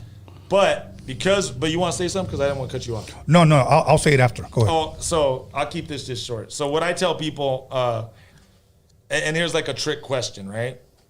I tell people, would it be a waste of my time if I'm telling you step 2 if you can't even do step 1? Am I wasting my time? Would you believe so? Yes or no? Yes. Absolutely, right? Yes. And I believe that's I've had some people say no, but I believe it's a waste of my time to tell you step 2 if you can't even do step 1. Yeah. That's what I believe. Other people would disagree, but that's what I believe once again, right? So anyways, long story short, the first step that I tell people on how to be an actor is they got to get their headshots. You got to get headshots where you look like a doctor, a lawyer, a business guy, a gangster, a sports figure, a mechanic, you know, whatever it is. You got to get headshots because that's the number one tool in acting. And then without your headshots are like your bullets in the gun. You can't fire until you got the bullets. You know what I'm saying? So, and then step 2 is look up every agency from San Diego County to Orange County to LA to even New York. Look up every theatrical, modeling, commercial, television representation agency out there. That's step 2. And once you have all the emails and all the contacts of all the agencies that you can look up, which is on IMDb Pro, there's a 1-month free trial. So the only thing you'd have to pay for, unless you have a friend who's willing to take free pictures for you, is the headshots, right? And you should pay no more than $500 for some headshots. Never wear black or white in your headshots. Stay away from those colors. You want to always wear blue, yellow, red, beige, any color, green, any colors but black or white. You know, blue is what I recommend the most, right? Or gray, whatever. Just black and white just doesn't show up good on the light and the camera picture and blah, blah. So that's step one. Headshots. Step two, get all the agencies you can. And I'm already giving away some of my class for free right here. Okay. And then step three is after you have your headshots and all the agencies that you could find, you're going to email all the agencies. And the letter's going to say something like this. If you guys want to replay, it's going to say, "Dear agency, my name is John Doe. I am seeking theatrical, commercial, and television representation. Your agency comes highly recommended. Enclosed in this email are 2 headshots for your viewing pleasure. I would appreciate a phone call at your earliest convenience to set up an interview. I can be reached at blah, blah, blah. Thank you for your time." You want your letter to be short, sweet, and to the point. And that's how you knock on doors of all the agencies to go get your interview with an agent or manager. You can look up all the managers too. I forgot that one. And then that's how you get your interview. So I'm just going to give that. That's the little tidbits I'm going to give right there. That's how you can start, and that will at least get you in the door in front of a real agent or a real manager for representation on how to get into movies, television shows, and commercials. So I give them that little, tidbit right there. That'll work. And I have, my class, just so you guys know, is a 10-step course. But basically, I make it so easy for you. And the way I say it, I'm the coach, they're the team. And I coach my team to win. But I don't hold hands and I don't wipe diapers. I give you the ingredients to go in the kitchen and cook the food.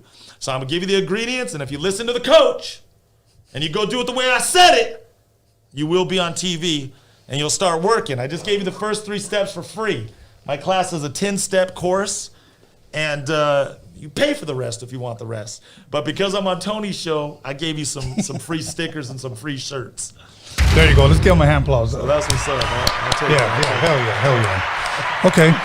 Now, because I got a lot of people that told me, hey, ask him this, ask him that, about. So rewind that, and there goes that's how you start. Hit him up on the DM if you want to, take classes, and he'll coach you so you could be. And let me say this last thing, and I apologize to cut you off. This last thing.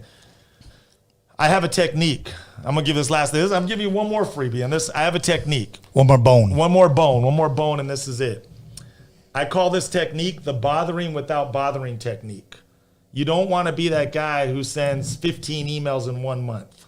You don't want to be that cat. Because like Tony said at the start of his show, he gave you a specific way to do it to get the attention. And if we're giving you the specific way to do it, being veterans, it's like if you want to learn how to golf, you want to learn with Tiger Woods. You want to learn how to play basketball, you want to learn with LeBron James, right? So my point is, I call it the stay in their face, but don't be in their face, but be in their face technique. The bothering without bothering technique. Send an email to all the agents individually, and then if you don't hear a response within 3 weeks to a month, send another email. And if you don't hear a response again in the 3 weeks to a month, send another email. But don't be that idiot that sends 10 emails a week, because then you're just going to get on their nerve and they don't want to see you, because the first thing they're going to think is they're going to imagine, oh my God, I can't hire this for or work with this guy because look at all they bombarded my email with emails. You feel what I'm saying? Right. So I call it the bother without bothering technique. So my point is that's the way I gave you the 3 tidbits of how to knock on someone's door to get representation. And the reason why I teach like that is because I teach people how to be a working actor. And if I was to dumb it down and just give you the quick, it's as simple as this. I teach you how to get an agent / manager so you get an audition so you get a job. That's how I teach. Yeah. So that's the last thing, man. So anyways, if you guys want my acting class, actor Noel G, DM me, and I'll teach you how to be an actor and get in the game and make some money. Hell yeah. Okay, 2022 or maybe 2021, we only got 1 more month left. What can people expect from Noel G? Anything new coming out? Yeah, I've been very blessed, man. I've been very blessed. I just did a movie with John Travolta. I got another movie that I'm doing right now as we speak with Ryan Phillippe and Ving Rhames. Okay. I got another movie I just put in the can with Mickey Rourke. I got another movie coming up with Channing Tatum soon after this one. And then I got some, Back on the Mayans, season 4. What else? I've been blessed, man. I've been very blessed, and I've been very fortunate. But I'm also starting to produce some of my own projects, and kind of leaning towards that way now too, because again, I don't think the world is going to operate the same as it has before. It's going to be a little more difficult in some of the roads ahead. So now people are kind of veering off doing their own projects because of things that are being mandated, to continue working. Okay. And that's interesting. I would like to talk a little bit more about that, but maybe on another show. We could talk. Save some. We could talk about the future. Give them cliffhangers like you do. Yes, bro. Exactly. Now, John Travolta, you already worked with him? Yeah. How was that guy, bro? Because I'm a huge Saturday Night Fever guy. Oh yeah, no, he's a cool cat, friendly dude. Like he's a cool cat. We chopped it up. But how old is that guy now? What is he, in his 60s now? He was 67, bro. But he looks great, man. That guy looks. He's like you, bro. I want to know the trick. I want to know the secret, man. You 53 and look fresh. He's 67, looks fresh. I'm like, dang, I want to be like you guys when I grow up. I found the fountain of youth, but I didn't drink it because I wasn't thirsty. Oh, there it is, man. you just put your toes in there. You one of them cats. Got your feet wet. Okay, I'm gonna ask you a question, then give shout outs. All right. Interesting question. Go ahead. Is this the little kid inside of you, or is this a real Tony question? No, I think there's kind of like both. All right, okay. Go ahead. Say you find a time machine, a DeLorean, and you can go back any time in the world or in the future. Right. Where would you go if you could spend 1 week there? 1 week. 1 week, in the future or in the past? I'd go back to when Jesus walked the earth. Really? That's what I'd go back to. Yeah. Okay. I would love to see that in my face. Wow. That's where I would go. Now, say you get there, park your DeLorean right there somewhere in Bethlehem behind a manger somewhere, okay? Yeah, I got you. And then you see him walking by. Would you approach him? All day long. I would rush him. And I'd have a million questions. Okay, he sits down. He's grabbing some water. You can never stop learning till the day you die. Right. He sits down. He grabs some water. You see his disciples are maybe about a block away, but he's by himself. You got one question. You waited all week to see him, and you finally see him, and you have one question. If anything, what would you ask him? It would be the question that I'm asking him now, which is, what do I need/want in my life to fulfill it? That would be the question. Because right now, I'm at a point in my life where all the girls in the world didn't do it. Mm-hmm. All the money didn't do it. Having pretty much almost anything didn't do it. So I want to ask God, Jesus, like, what is it that I need or want to fulfill? Me. And I think I got the answer already. Okay. Which is simply what he told me, is just be in integrity with him fully and share his word to my people. Because what I believe God told me now is the way the world's going right now, I heard God say it clear as day. This is the time that my name needs to be heard. Wow. That's good. And you're doing it. And I'm doing it. That's awesome. That's awesome, If man. I get shot or beat up for it, that's how good Jesus went through this. Yeah. Well, it's coming. It's okay. At this time, my brother, any shout outs? Anybody you want to diss? Anybody you want to shout? Well, the first shout out goes to you, man, for having me Thank back you, my on the brother. show. I appreciate that, my G. I appreciate your team behind you. Yes. That's what's up, man. You even brought me some extra fans here. No, I'm just kidding. Yes, exactly.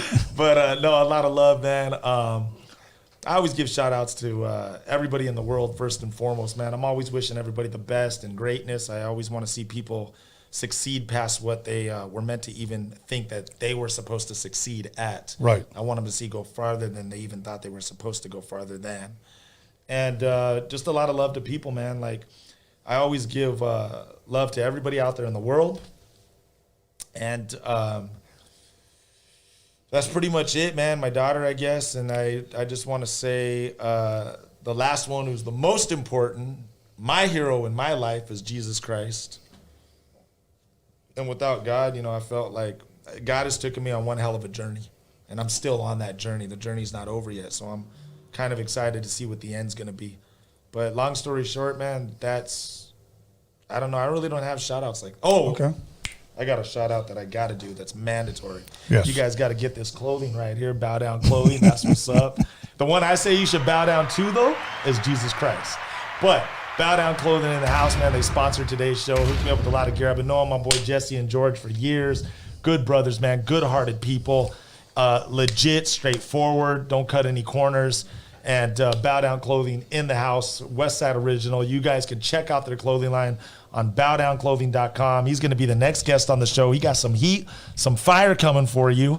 And a lot of love to this cat. A lot of love to Tony, man, for having him. I appreciate that. And that's what's up. This is the show that don't hold back, because you guys seen it with your own eyes and heard it with your own ears. So a lot of love. Roadium Radio right here in the house, hosted by Tony A. The Wizard in the hizzy. Noel G. Thank you, my brother, for sharing your faith, brother. Yeah, and I say these last words: God first, and the rest will work itself out. Much love. We'll be back 10 minutes, okay, everybody? 10 minutes, bow down, Jesse G in the place to be. We'll be back. Hey, how you doing? It's me, Little Easy E, Eric, right? And a lot of you know me, know I like to smile. And to thank for my beautiful smile, I want to thank Occidental. That's Occidental in Hollywood. So check this out. For all your dental needs, be sure to come to them, because they'll be there to take care of you. That's Occidental in Hollywood. Check them out.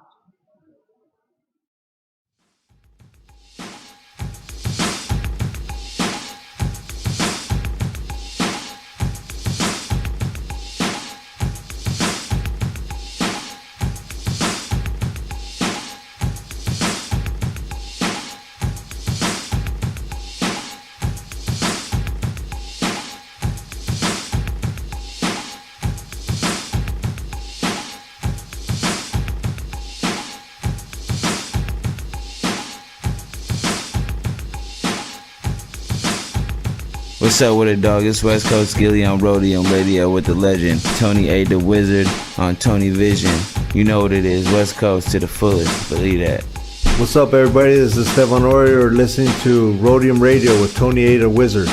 Yo, what up? It's your boy Doughboy Tony. You're tuned into Roadium Radio with West Coast legend Tony A. The Wizard. What up? It's your boy Lottie the G, straight out of Santa Ana, CA, and we're right here live in the mix with the West Coast legend Tony A. The Wizard on Roadium Radio, Tony Vision on YouTube.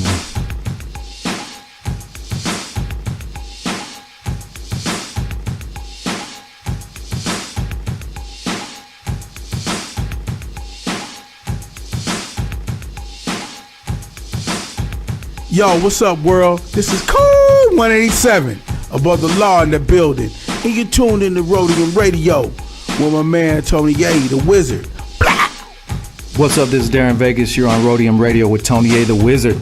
Real West Coast hip-hop history right here. Yo, what up? Sleepy Malo in the house, here at the Roadium Radio with my boy Tony A. The Wizard, giving us our voice back. One of the realest motherfuckers I know. What's up, homie? Show me Frankie Quinones, a.k.a. Creeper from Cholo P. And you're listening to Tony A. The Wizard on Roadium Radio. That's what's up right there. Hey, yo, what's up, man? It's Scooter the Savage. I'm right here with Tony A. The Wizard, Roadium Radio. Everybody stay tuned, man. It's a motherfucking hit.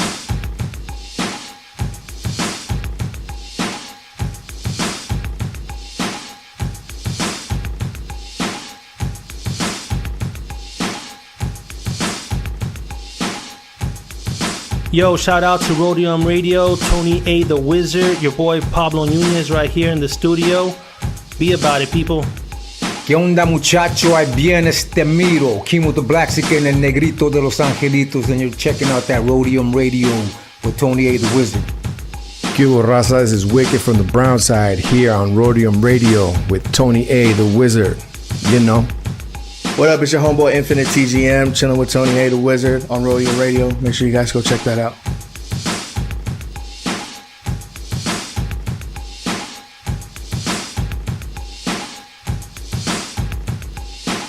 What's good? It's your boy Spanky Loco, and you tuning in to Roadium Radio with that motherfucking legend, Mr. Tony A. You know what time it is, West. Hey, what up? This Rebello the Dawn. And this Dominator. And we came straight from the 805 ready to slap that motherfucking meat on your grill, bitch. Roadium Radio, Central Coast Click. What up? What up with it? This your boy OG Magoo, Los Angeles airbrush artist, big chillin' on site with the homie Tony the Wizard on Roadium Radio. All gas, no brakes. Let's get it. Man, you know, listening to LA Icon, man, right here live with Tony A, the motherfucking Wizard on Roadium Radio.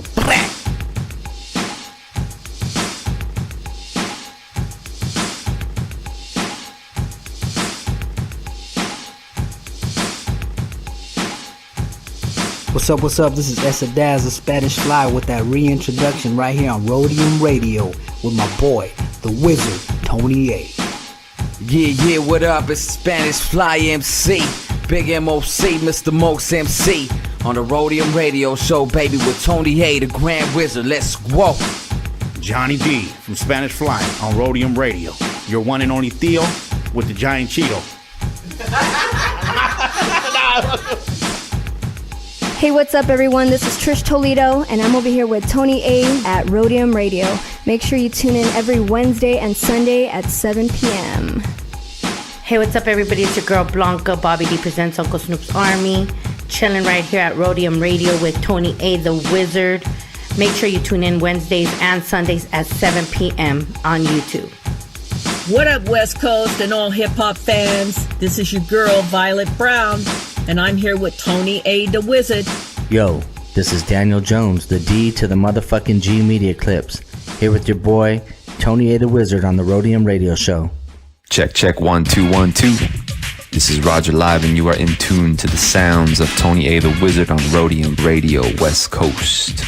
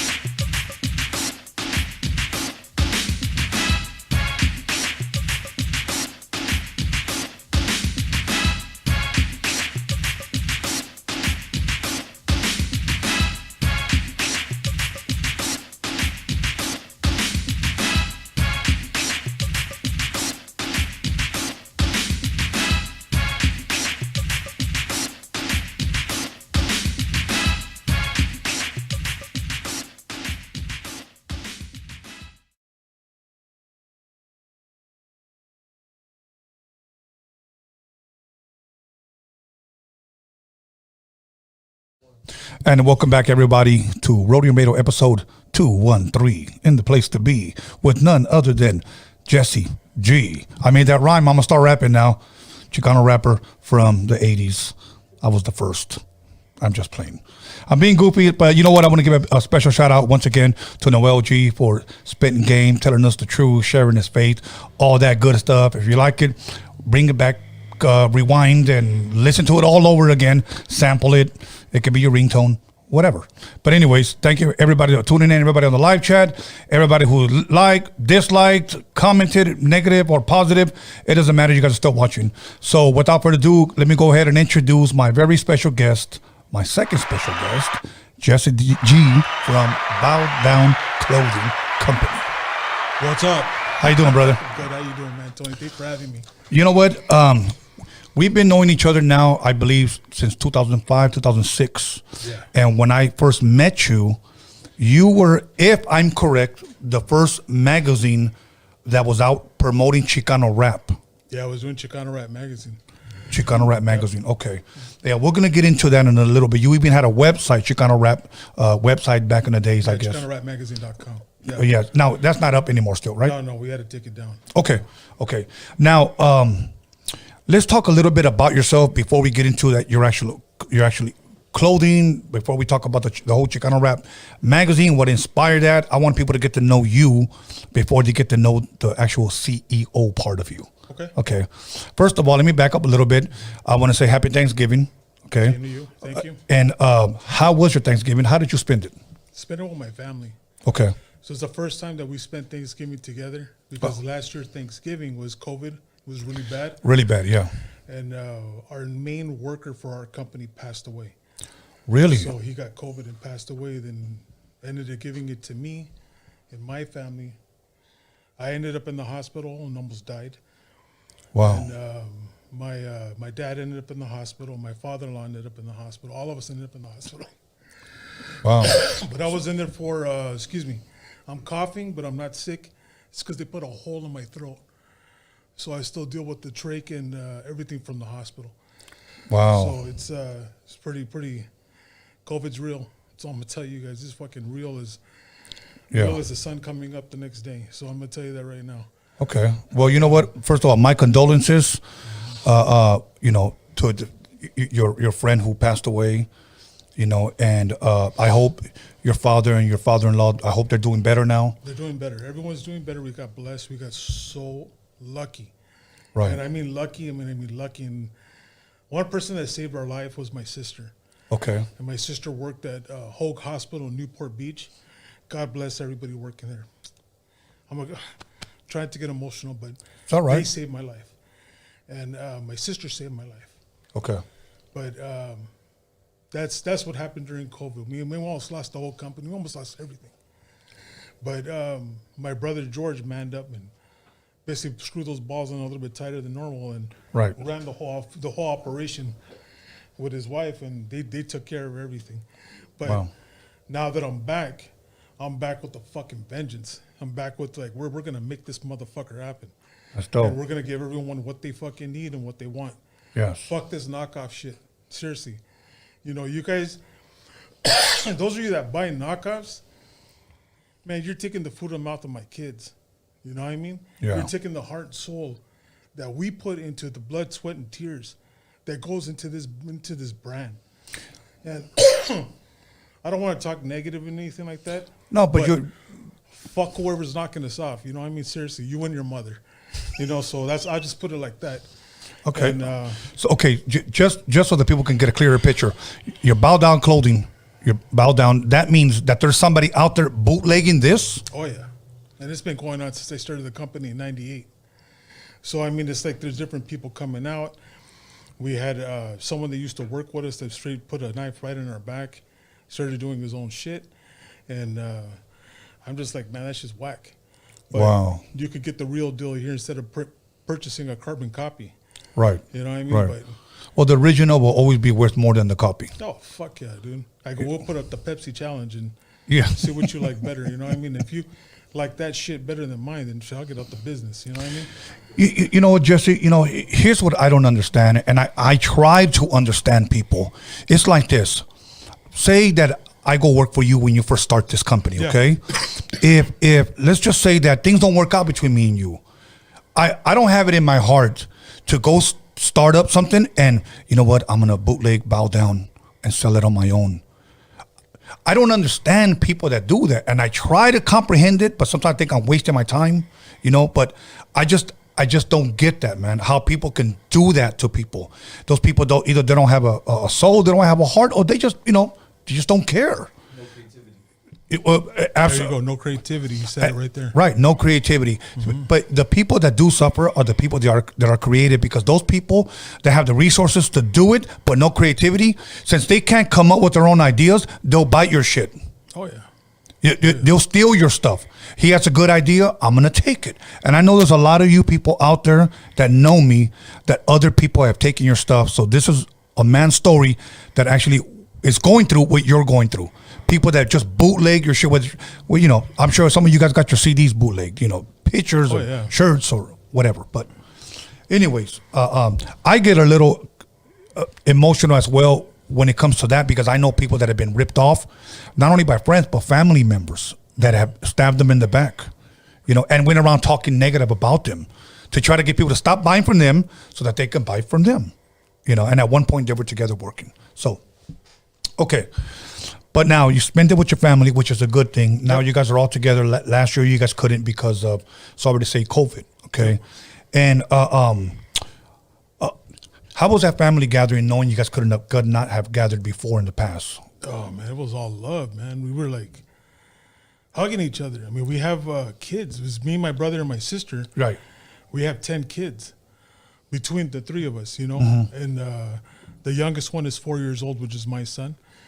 And then I have, you know, we have the other kids, and just to have us all together, right, to see them play and everything. And they say bad words. They're running around. They're acting like kids, and nobody said nothing to nobody. We just let them have fun. Right. And then we just enjoyed each other's company, just chilled out, ate turkey and prayed, you know. We did all that good stuff. That's you know, awesome. And then all we're doing was texting friends, happy Thanksgiving, everyone Right. that's sending that love out. We're just sending everyone back to you, love you guys, Right. and all that. You know, I Right. mean, that was like the best and awesome thing ever. Are you a Raiders fan? Oh, yeah. Yeah, but I can't tell you who's on the team and all that shit. Get the fuck out of here. You know, I'll tell you the truth, I work so much, I don't get time to watch the games. But when I do watch the games, I actually go to the stadium and watch them. Oh. So I'm one of those kind of people. Okay. And then, you know, I get heartbroken when I see them lose. So, of course. Raiders, Dodgers, Lakers, all my LA teams, you know, the Kings. Right. I'm there for you guys. That's you know awesome. What I mean? So That's awesome. I try to be there, you know what I mean? Yeah. Okay. Now let me ask you this. Where originally did you grow up at? Like, where were you raised? In LA. I grew up in LA in Mid-City. Okay. So much love to all the Crenshaw boys out there, but LA Crenshaw right there, Koreatown. Oh, that's okay. where I grew up. Okay. Yeah. And now you reside where? If I'm correct, OC? I have a house in Covina and I have a house in OC. Okay. So I'm not a millionaire, but you know what I mean? Okay. We have different houses because different family members live there, and we have a room in everyone's house. Okay, then maybe when I first met you, I believe you told me you live in OC. That's why I thought you might have grown up there. Yeah. But OC, I love OC because OC loves me. Right. So everyone in OC, shout outs to them too. I mean, especially Santa Ana, Garden Grove, and everyone in Anaheim and Buena Park. Yeah. Fullerton, especially Frank. Love that guy. Yeah. But they know who they are. Okay. Yep. Now you come from a big family. Oh, yeah. A lot of brothers and sisters. Well, that's just 3, but a lot of our cousins live with us. Okay. So we had my dad's side of the family, which is I think 7 brothers and sisters, plus my dad's half brothers. My mom's side of the family, 7 brothers and sisters, and like I'm 47. There's probably about 17 males about my age, between the 2 families together, and everybody gets along. But we're spread out. I got cousins in San Diego, National City, 38th Street right there. What's up to the cousins? Sacramento, Southgate, some in Orange County. All of them are in LA, San Fernando Valley. We're all spread out. We even got some living now. We're in San Antonio, Texas, and we got another one living in El Paso, Texas too now. Okay. And where? Oh, we got a lot in Tijuana, dude. So Okay. Whenever we go to TJ, where I was partying it up with them. Hey, that'll work, man. Yep. That'll work. You know what? Now let me ask you, what high school did you graduate from? I graduated from St. Bernard High School. It's a Catholic high school in Playa del Rey. Okay. So I graduated there, and that school was, I graduated in 1993. Oh, all right. But that school was fucking hot as shit, dude. Really? It was the last school because the kids that were in continuation either went to continuation or got expelled. So this was the private school that they sent them to. So when I went to the school, I lived the furthest away from the school. So I live in Koreatown, but the majority of the people that lived there were in Inglewood, Lennox, Gardena, Santa Monica, Venice. All the people that went to the school mainly lived around that area on the West Coast, right here on the west side. And that's how we all like hooked up. And it's a trip too, because in 93, 92, all the cousins of theirs, their brothers or whatever from different rival neighborhoods. Yeah. But what we did is instead of banging on each other, because it was stupid, we decided just to hang out with each other. And then we would go to the West Side parties and go to a party in Inglewood and go to a party in LA, go everywhere. And everyone will go together. Right. So when we arrive in Venice to go party in Venice, you got the Venice shorelines that were hanging out right there, and they're like, where the fuck you bought those from? And right. we're just here to kick it. We don't bang or nothing like that. And you're with little Rudy. Okay, come on. You guys are welcome to come hang out with us. And we would drink, we would party it out. We were meeting bands and groups before they were who they are. So we met Sublime. We partied with them a couple times before they were Sublime. Right. And then we would go to these backyard boogies and stuff like that and meet like everybody. White people, black people, Koreans, Asians, Filipinos, Samoans. We were hanging out with everyone. So I absorbed all this stuff like a sponge. This is LA. Yeah. This is what LA is all about. It's not about where you're from and all that bullshit. And to me, it was more like, these are the people we hang out with. Right, right. When I grew up in LA, though, in Mid-City, LA high school was too hot for me to go there. And the reason why it was so hot was because our father owned some apartments that were down the street from all. They just bought them. And 18th Street was racking up all over the place, spray painting and everything. So the owner of the apartment complex told him, I'll give you the basement, don't spray paint until I sell it. So here my dad went and bought it, and he bought it from a friend, thinking that it's going to be all good. And all that. My dad wanted to expand the apartment complex. Right, right. Because we own a construction company. And we went in there to go do all that stuff. But when that happened, it was a big dismother, and a lot of those guys went to LA high school. Right. But I also too at the church or at the elementary schools we went to, we knew all these kids. Right, right. So when I would bump into them, and I had this dude walking next to me, and I say, "Hey, yeah, Rick, what's up, man?" And big old 18 on his neck. And then my cousins were from another neighborhood, and back in those days, you get shot for anything. That's like 91, 92. Yes. And then when the 92 riots kicked off, I mean, we weren't out there looting. We were out there. I can't even say. I plead the fifth. I'm just going to end it right there. It was bad. It was bad. I just put it like that. So when we moved out of LA to Orange County, first we moved to Bellflower, and then Bellflower to Orange County, to Garden Grove. When we moved, I was already working as a bouncer at a nightclub. So I was running the Palace in Hollywood. The Palace up there off of Hollywood. I wasn't Vine? running it, but I was one of them. Yeah, on Vine and Hollywood Boulevard right there. Yeah. Across from the Capitol Records. In the 80s, I went out there, late 80s. I met Queen Latifah and LL out there. Oh, cool. Yeah, I went to a lot of concerts out there. So my first day working there, it was Body Count. And Body Count had a fucking riot. And I didn't know what the fuck to do. I was 18 years old. So the day I graduated high school, my sister and my older cousin decided to take me to the Palace, hey, you're 18, let's go to the club. We're going to celebrate your graduation. I got offered a job. So I took the job. Next day I was working. The next day was Saturday, because it was Friday. Saturday was the next day. Yes. And it was Body Count, and they were performing. Wow. And I just remember them flipping a cop car over, and it was like a miniature riot going on right in front of the club right there.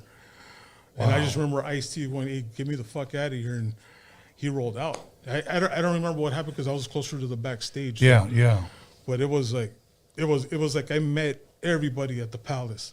Yeah. The Palace. Well, that was the spot. Oh yeah, that was like the number one spot. And then the nightclub security company owned contracts with other clubs.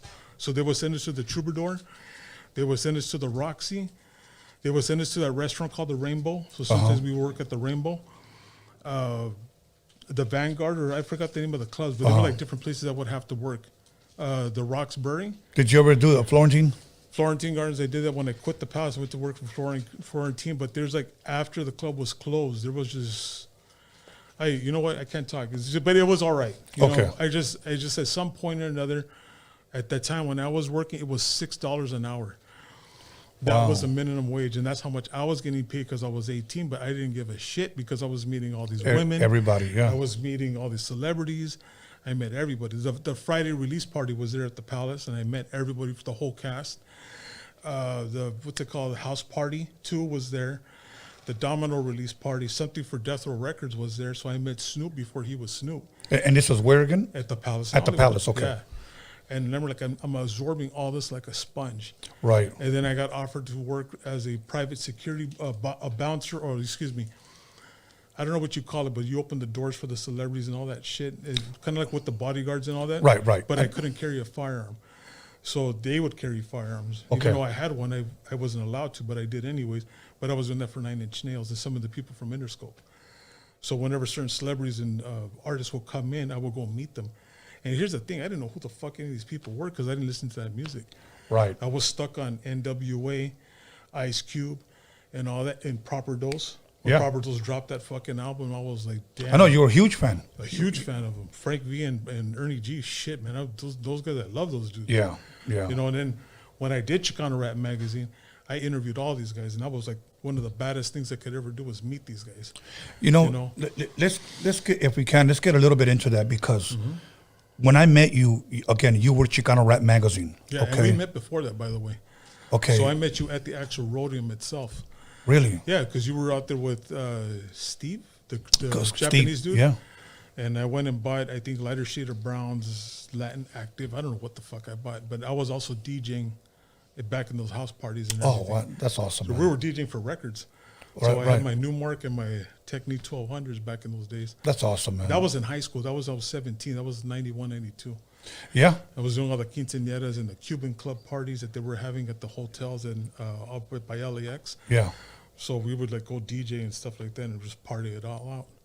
My whole thing was partying, dude. Of course. That's what I love to do. That's dope, man. Yep. So when I had met you, well, at least that I could recall, 2005, the Chicano Rap Magazine was out. You had the ChicanoRapMagazine.com as well. Yeah. And I was very, very impressed that somebody was actually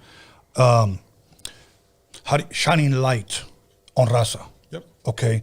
And then I know you said you were doing interviews. Now, were these actual footage interviews or was this just audio interviews that you were doing? Both. Okay. I did it all. Okay. Can you, what inspired Chicano Rap Magazine, like for you to create it? I was hardcore when I graduated from St. Bernard's. Okay. We ended up moving out of LA because LA was getting really fucking hot. Yeah. And it wasn't because of stupid shit that I was doing. It was stupid shit that my cousins were doing, other people were doing. It was just making the family too hot. Not only that, too, my dad at that time split his business partnership. So my dad was like, you know what, it's time for us to go. So I didn't question it. I mean, I didn't want to leave. You know what I mean? But we ended up moving closer to my uncle, my godfather. My godfather was a no-joke kind of guy. He was an old veterano from San Diego, a neighborhood called the Masters, not even around anymore. But this guy was like, everybody loved him. So what you see in the movies like Bronx Tales and those things, that was him. Yeah. And he didn't give a shit. His side of his family kind of left him. So he adopted my aunt, married my aunt, and adopted us as his family. And his lifestyle, I mean, his way of thinking and everything, it kind of like forced into us.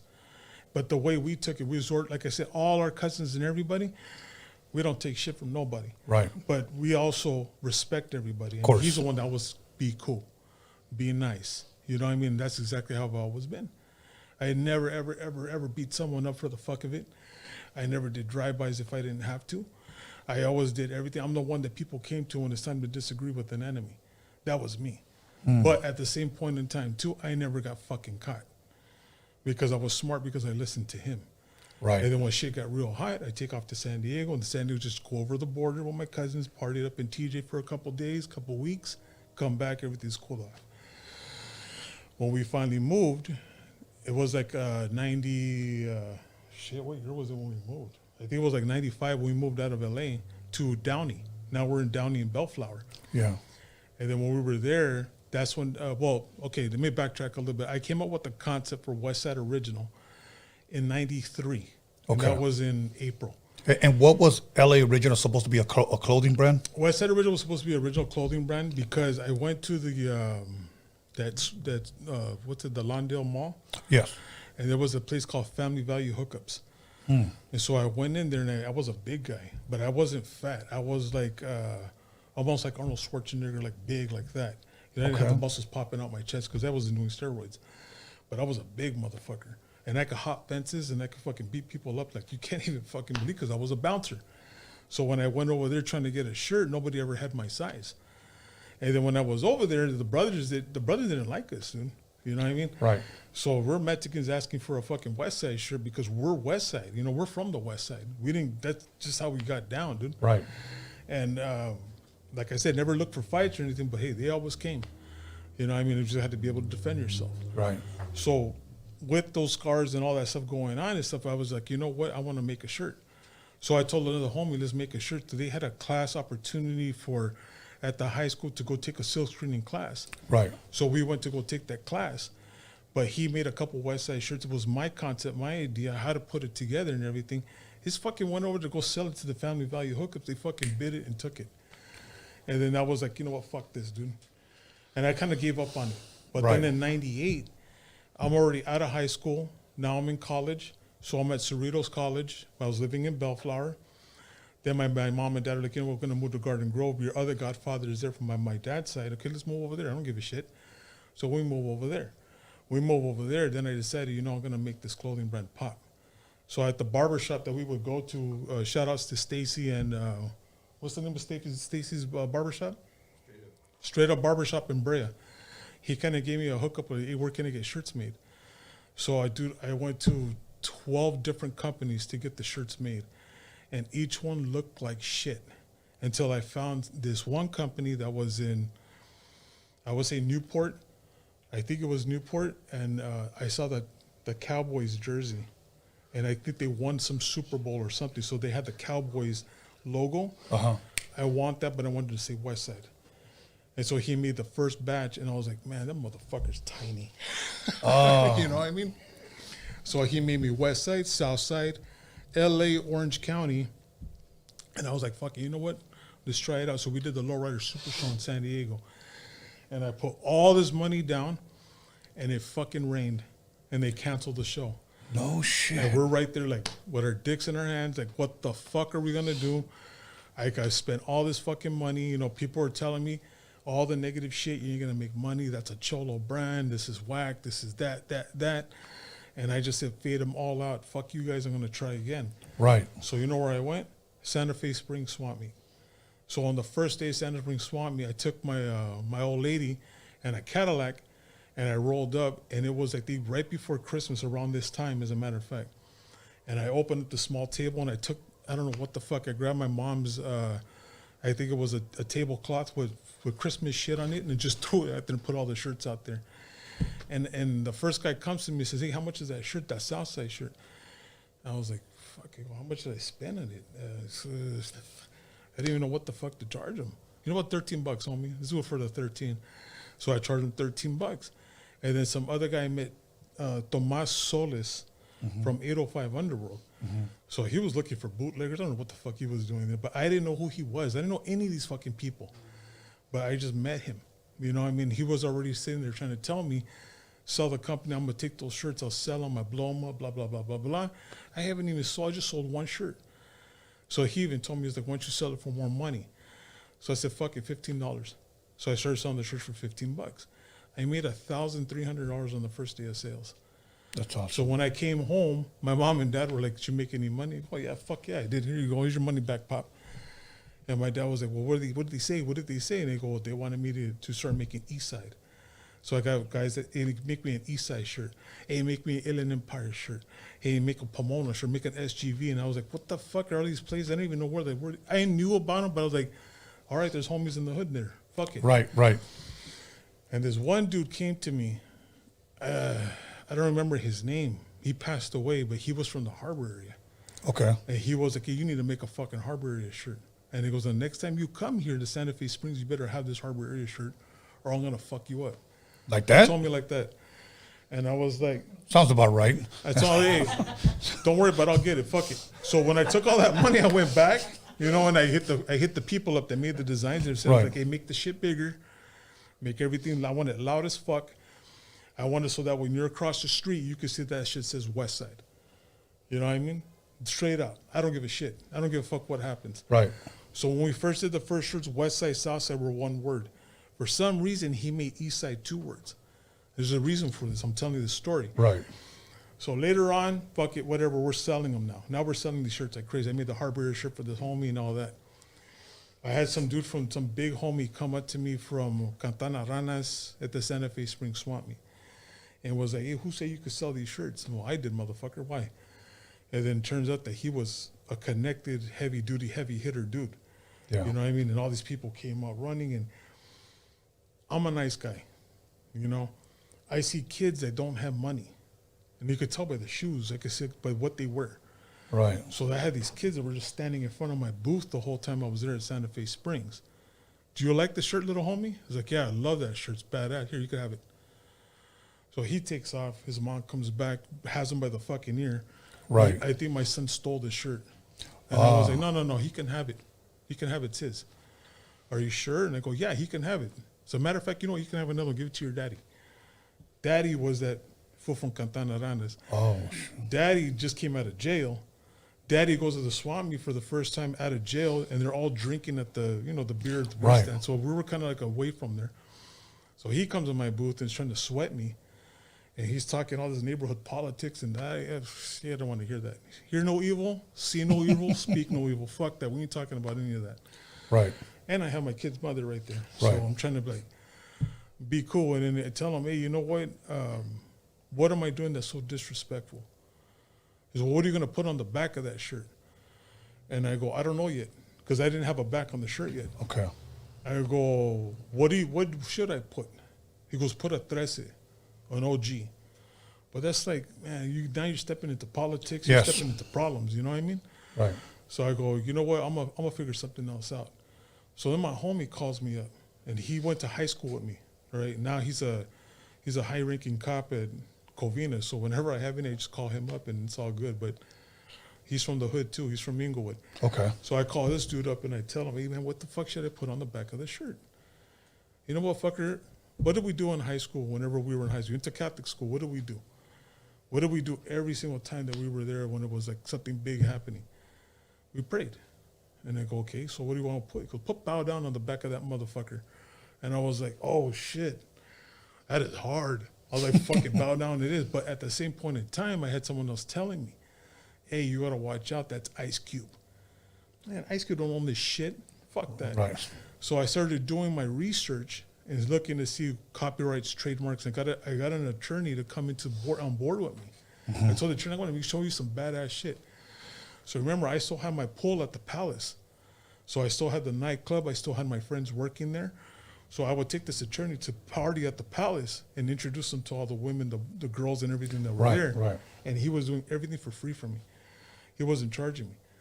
So he was copywriting all my stuff and making sure everything was taken care of. So when he did that, that's when I started coming up with more designs and more designs and more designs. And I just said, you know what? The block lettering college block we have and the Western one, I want that in every fucking city, in every single town from here to fucking New York. And I met my graphic artist, and I told him, I need you to put this together, and he was starving. Right now, to call that fucking guy to do work for me, he's working on Pixar Studios right now, or he's working for Google. He's working for both companies right now. He's blown up. He's a badass artist. I call him up, and I tell him, I need this, this, and that. He refers me to people. And that's what I've been doing, just picking up artists. So I did work with the infamous Kale One. I did work with the infamous Merle One. Merle's a badass motherfucker. And right now, me and Miro are working together neck to neck, and we're knocking out all this new shit. I'm trying to get Cartoon on board. I talked to Esteban. I talked to Big Lucky from Santa Monica. He's the one that was running running Joker brand at one point. Uh-huh. Actually, he's the one that first embraced me when I came out with the brand. So big shout outs to Big Lucky, because he's the one that was like, hey, there's plenty of food for everybody. We don't have to we don't have to knock shit off anyone's table. You know what I mean? Right. And then there was a homie named Page One that actually grew up with me in the neighborhoods. Okay. And he was right in the fucking 18 hood. But Page was always into his lowriders and all that would come around, and Page was fucking all love. But Page was like, hey, Jesse, you know what? I'm going to introduce you to someone. This is Esteban. And then I saw Esteban. I tried talking to him, but Esteban was cool, 100%, always cool. Right. But he was always real fucking busy. Yeah. So he goes, you want to go hang out over there because you want to learn the business? You better come with something right. All right, fuck it, I'll come out with something right. They came out with Chicano Rap magazine. I want all your pictures in the magazine. And then that's when we started clicking with him.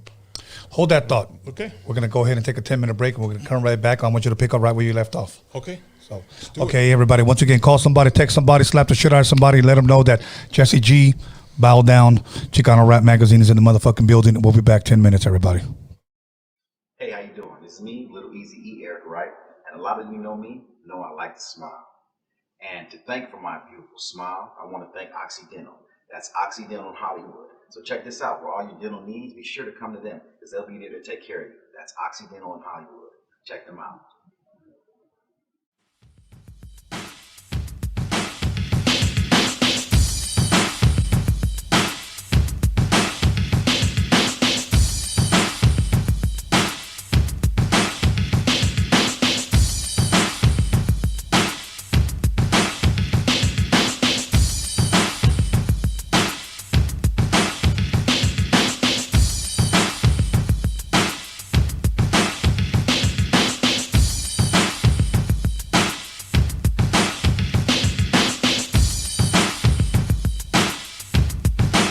Yo, what's up? It's Bella. I'm here on Roadium Radio with my boy Tony A. the Wizard.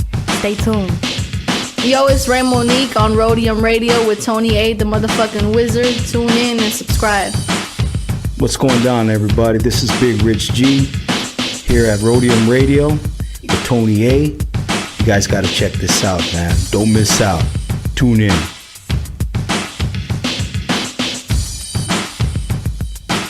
It's your boy Producer A here at Roadium Radio. It's your boy Tony A. Make sure y'all subscribe every Sunday, Wednesday, 7 p.m. with the dopest podcast popping in the motherfucking West Coast. Make sure y'all subscribe. Peace. Yeah, this is Pablito here at Roadium Radio. I'm here with Tony A. the Wizard. Tune in. What's cracking? It's your boy Noel G in the house, aka Hector. You guys know what time it is, right here with the Roadium Radio Show, hosted by your boy Tony A. the Wizard. Keep listening, we got something good for you. What's good, beautiful ladies? It's your boy MC Magic, Tony A. the Wizard. You already know. Roadium Radio Show. Turn it up. Yo, what's good with y'all? This your boy Big Prodigy from the legendary South Central Cartel, and I'm over here chilling with my homeboy Tony A. the Wizard on the Roadium Radio Show. Make sure y'all like, share, and subscribe to the page on YouTube. And by the way, check out that interview with yours truly. You dig?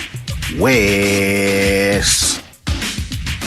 What's up, guys? This is Mayito. You're watching Roadium Radio with Tony A. the Wizard. Hey, what's up, everybody? This is Little Silent from BOTG, the voice of the ghetto, man. Tune in every Sunday and Wednesday to Roadium Radio. You already know, hosted by the legend himself, Tony A. the Wizard, man. Don't miss out, man. That should be active out here. What's up, everyone? This is Antonio Pelayo. I'm here at Roadium Radio with Tony A. the Wizard. Make sure to subscribe. Yo, what's up, everybody? LA Baseball Head here, also known as LAFC Soccer Head, chilling on Roadium Radio with my homeboy, Tony A. the Wizard. What it do? DJ Joe Cooley. You chilling with me, DJ Tony A. the Wizard, and Roadium Radio. You heard me? What up, everyone? This is Solita. Tune into Roadium Radio, hosted by Tony A. the Wizard. What up, what up? Susie Q in the motherfucking building. I'm here chilling with Tony A, the motherfucking wizard. Roadium Radio, YouTube. You guys check it out. Subscribe. Spank it easy. There is Shady Boy right here with Tony A, the wizard on Roadium Radio. What's poppin' with it, family? It's your boy Jokes Loves Life, and you are now tuned in to Roadium Radio with the one and only Tony A, the motherfucking wizard. That's right, love life, y'all. It's your boy Wito Trees, Roadium Radio in the house. Tony A, the wizard. What's up? What's up? It's your boy Panther on Roadium Radio. Tune in with your boy Tony A, the wizard, and make sure you hit that subscribe button. Yeah. This is Murray Brumfield, aka Mexicali Slim, Familia Records, and you rolling with Roadium Radio with Tony A. Yo, what up? It's your boy DJ Kazelma right here live. Roadium Radio with my boy Tony A, the wizard. That's what's up. Ooh. What's up, you guys? It's your girl Mariah Avila. I'm here on Roadium Radio with Tony the Wizard. Please subscribe, like, and comment. Yo, it's cracking. It's your homeboy, Mr. Motherfucking Junebug. And you just tuned in to Roadium Radio with Tony A, the motherfucking wizard. And don't forget, subscribe to the channel. You know. Juvale Raza, it's your homeboy Hypnotic right here in Roadium Radio with Tony A, the wizard. Make sure you subscribe, like, and do all that. Don't forget to comment. Much love. Yo, this is Grincho Brown on Roadium Radio with Tony A, the wizard. Keeping this shit popping, all West Coast, all love. Shout out to my Raza, we getting it. Hey, look, this is Chunks, the San Diego All-Star, and you are now tuned in to Roadium Radio right here with Tony A, the wizard. Tap in. What's up? It's your girl Carolyn Rodriguez here at Roadium Radio. Make sure you tune in every Wednesday and Sunday to Tony A, the wizard. What's up, y'all? This is DJ Tony G. You're listening to Roadium Radio with the homeboy, Tony A, the wizard. Roadium Radio. Yo, what's cracking? It's 2Mex with Mexican descent, visionary shapeshifters, Good Life Project Blowed, LA Underground Hip Hop. You're tuned in to Roadium Radio with Tony A, the wizard on Wednesdays and Sundays. LA Hip Hop will save the world. Ooh, ooh.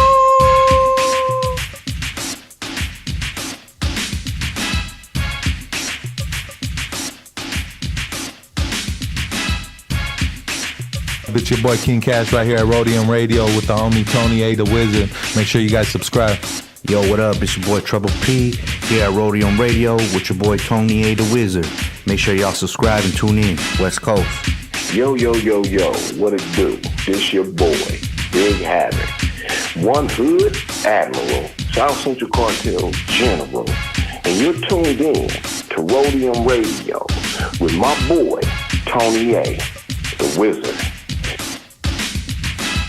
Stay locked in. Hello everybody, this is Rocky Padilla. And you're listening to Roadium Radio with Tony A, the wizard.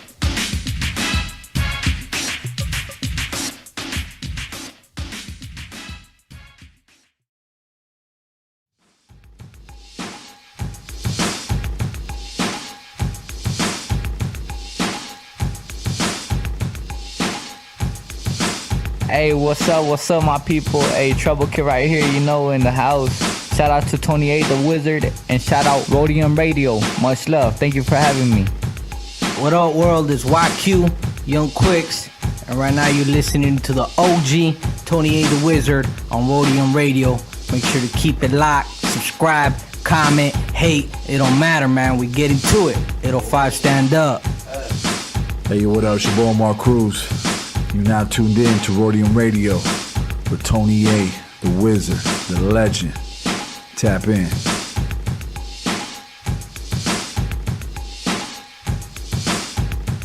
What's happening, everybody? It's your boy Queenie. You're tuned in to Roadium Radio. Check my man Tony A, the wizard, every Wednesday and Sunday. Stay tuned. Comment, like, subscribe, all that good stuff. You know what it is. What's up, pimpin'? It's your boy Johnny Boy, aka Mr. Las Vegas, at Roadium Radio with your boy Tony A, the wizard.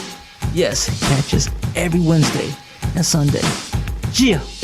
Hey y'all, this is Elvia Cadena here at Roadium Radio with motherfucking Tony A, the wizard. Make sure you guys subscribe, like, and share.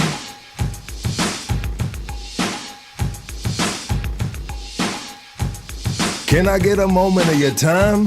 Hey, it's your boy Lucky Sun Zoo from Hood Starks Podcast. Hey, fuck with one of the best podcasts in the game, Tony A, the Wizard, Roadium Radio. Don't motherfucking play with it. Don't sleep on it. Hey, H.A., stand the fuck up. Yes, sir. What's up? This is Clever from the brown side. Make sure you guys tune in to Roadium Radio with Tony A, the Wizard. If not, you're a bitch. What's cracking? It's your boy Young Thrive right here with the homie Tony A, the Wizard on Roadium Radio. Don't forget to subscribe, man. Check out the best interviews on the West Coast. Yeah. I'm on the Roadium Radio. What up? It's ODM from Lighter Shade of Brown. You know your daddy's favorite rapper, your mama's favorite DJ, plus that YouTube star. You know what I mean? RBG fam. Lighter Shade all day with the homie Tony A. Right here, Roadium Radio, Sundays and Wednesdays. Let's go.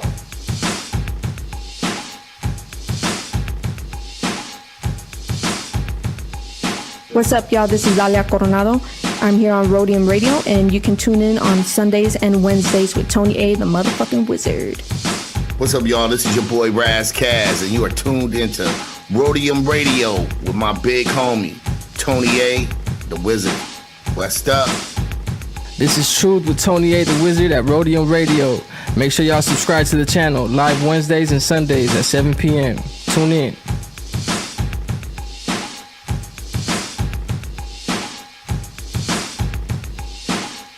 Hey, what's up? This is Lalo KV desde Atlanta. You're listening to Roadium Radio with Tony A, the Wizard. Yo, you know what it is? It's your boy OG Rome, a.k.a. Mr. Everywhere, repping Road Dogs Entertainment. Make sure you tune in to Tony A, the Wizard at Roadium Radio. What up? You know what it is? It's the LA West Coast native, the Vario, and you gotta tap in with my boy Tony A, the Wizard at Roadium Radio every Wednesday and Sunday.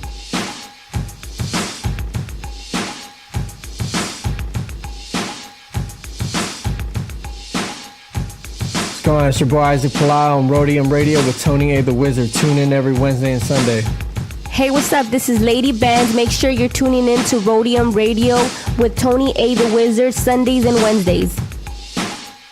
Yo, what's up? This is Jimmy from Urban Kings. Make sure you tune in with Tony A, the Wizard on Roadium Radio. This is AO to the Saint coming to you live from Roadium Radio, hosted by my homeboy Tony A, the Wizard. That's right, baby.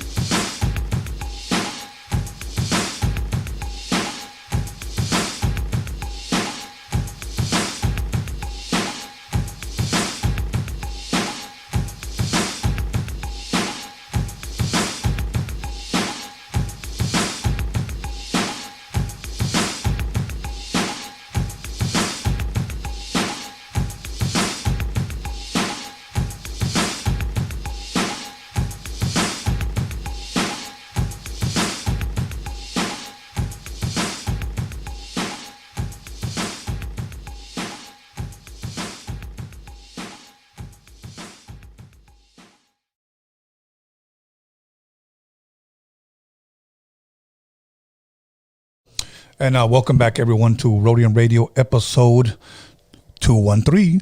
And once again, I have my boy Jesse G from Bowdown Clothing, the CEO of Bowdown Clothing. So we're going to go ahead and jump right back into it.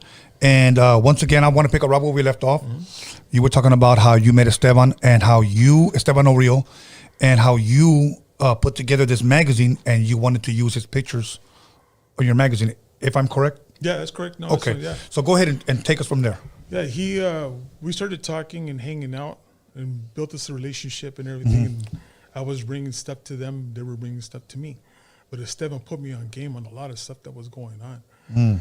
Him and Cartoon also. Yes. So the way I set the magazine up at the time was to have, I didn't want to pick up random people. I wanted people that people knew. Who's the baddest tattoo artist in all LA? You know, so then Cartoon, everyone, Cartoon. Yes. So I called him up. He was the first one I met, and Cartoon said, okay, well, let's do this interview. We did the interview on him. And instead of going to the next person, I want Cartoon to refer the next person. Oh. And then every single person from the tattoo industry was referring the next person. So the next person after Cartoon was Jose Lopez out of Santa Ana, badass tattoo artist.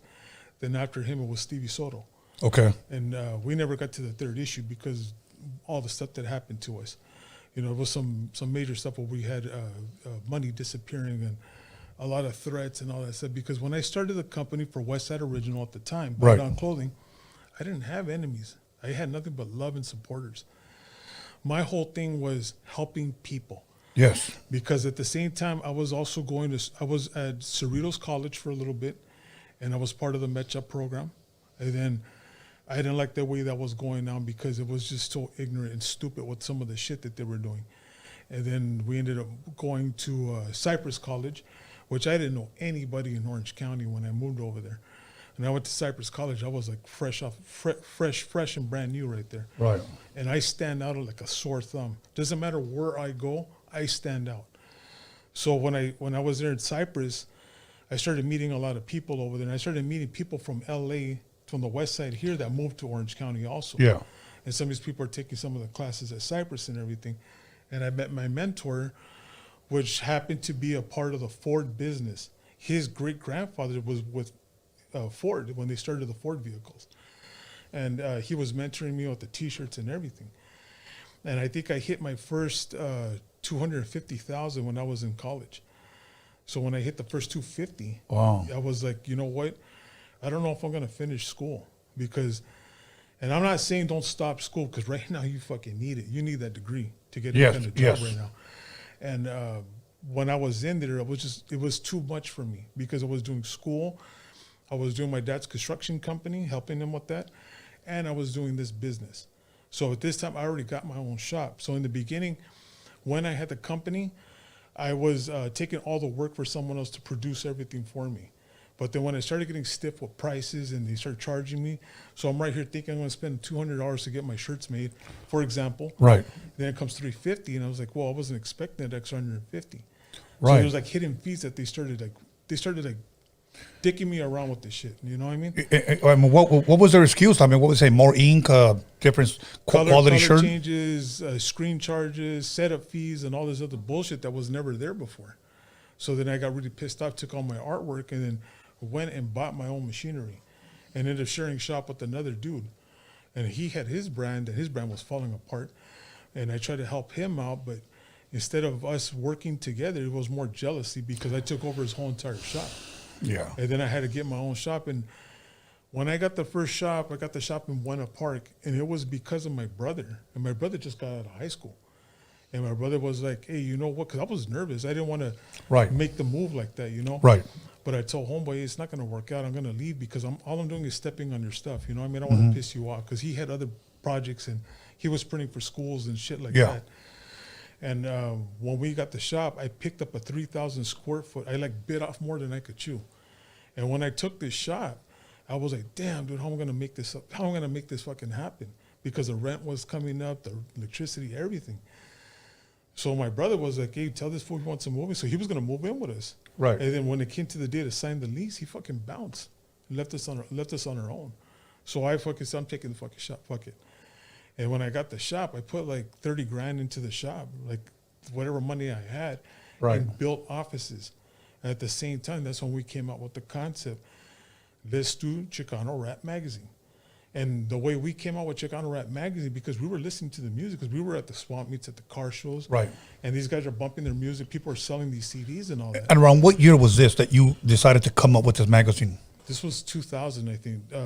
2000 when we did it, because I already had Westside. Okay. So Westside was kind of opening the doors to open up Chicano rap. Now let me ask you this. During that time, 2000, when you started this magazine, who would you say was the hottest, if any, Chicano rapper out there that was making the most noise? It was Little Rob. Okay. Hands down. The hottest rapper to me, I'm going to say it straight as far as Chicano rap is concerned. Is that what you're saying? I'm going to say the top three.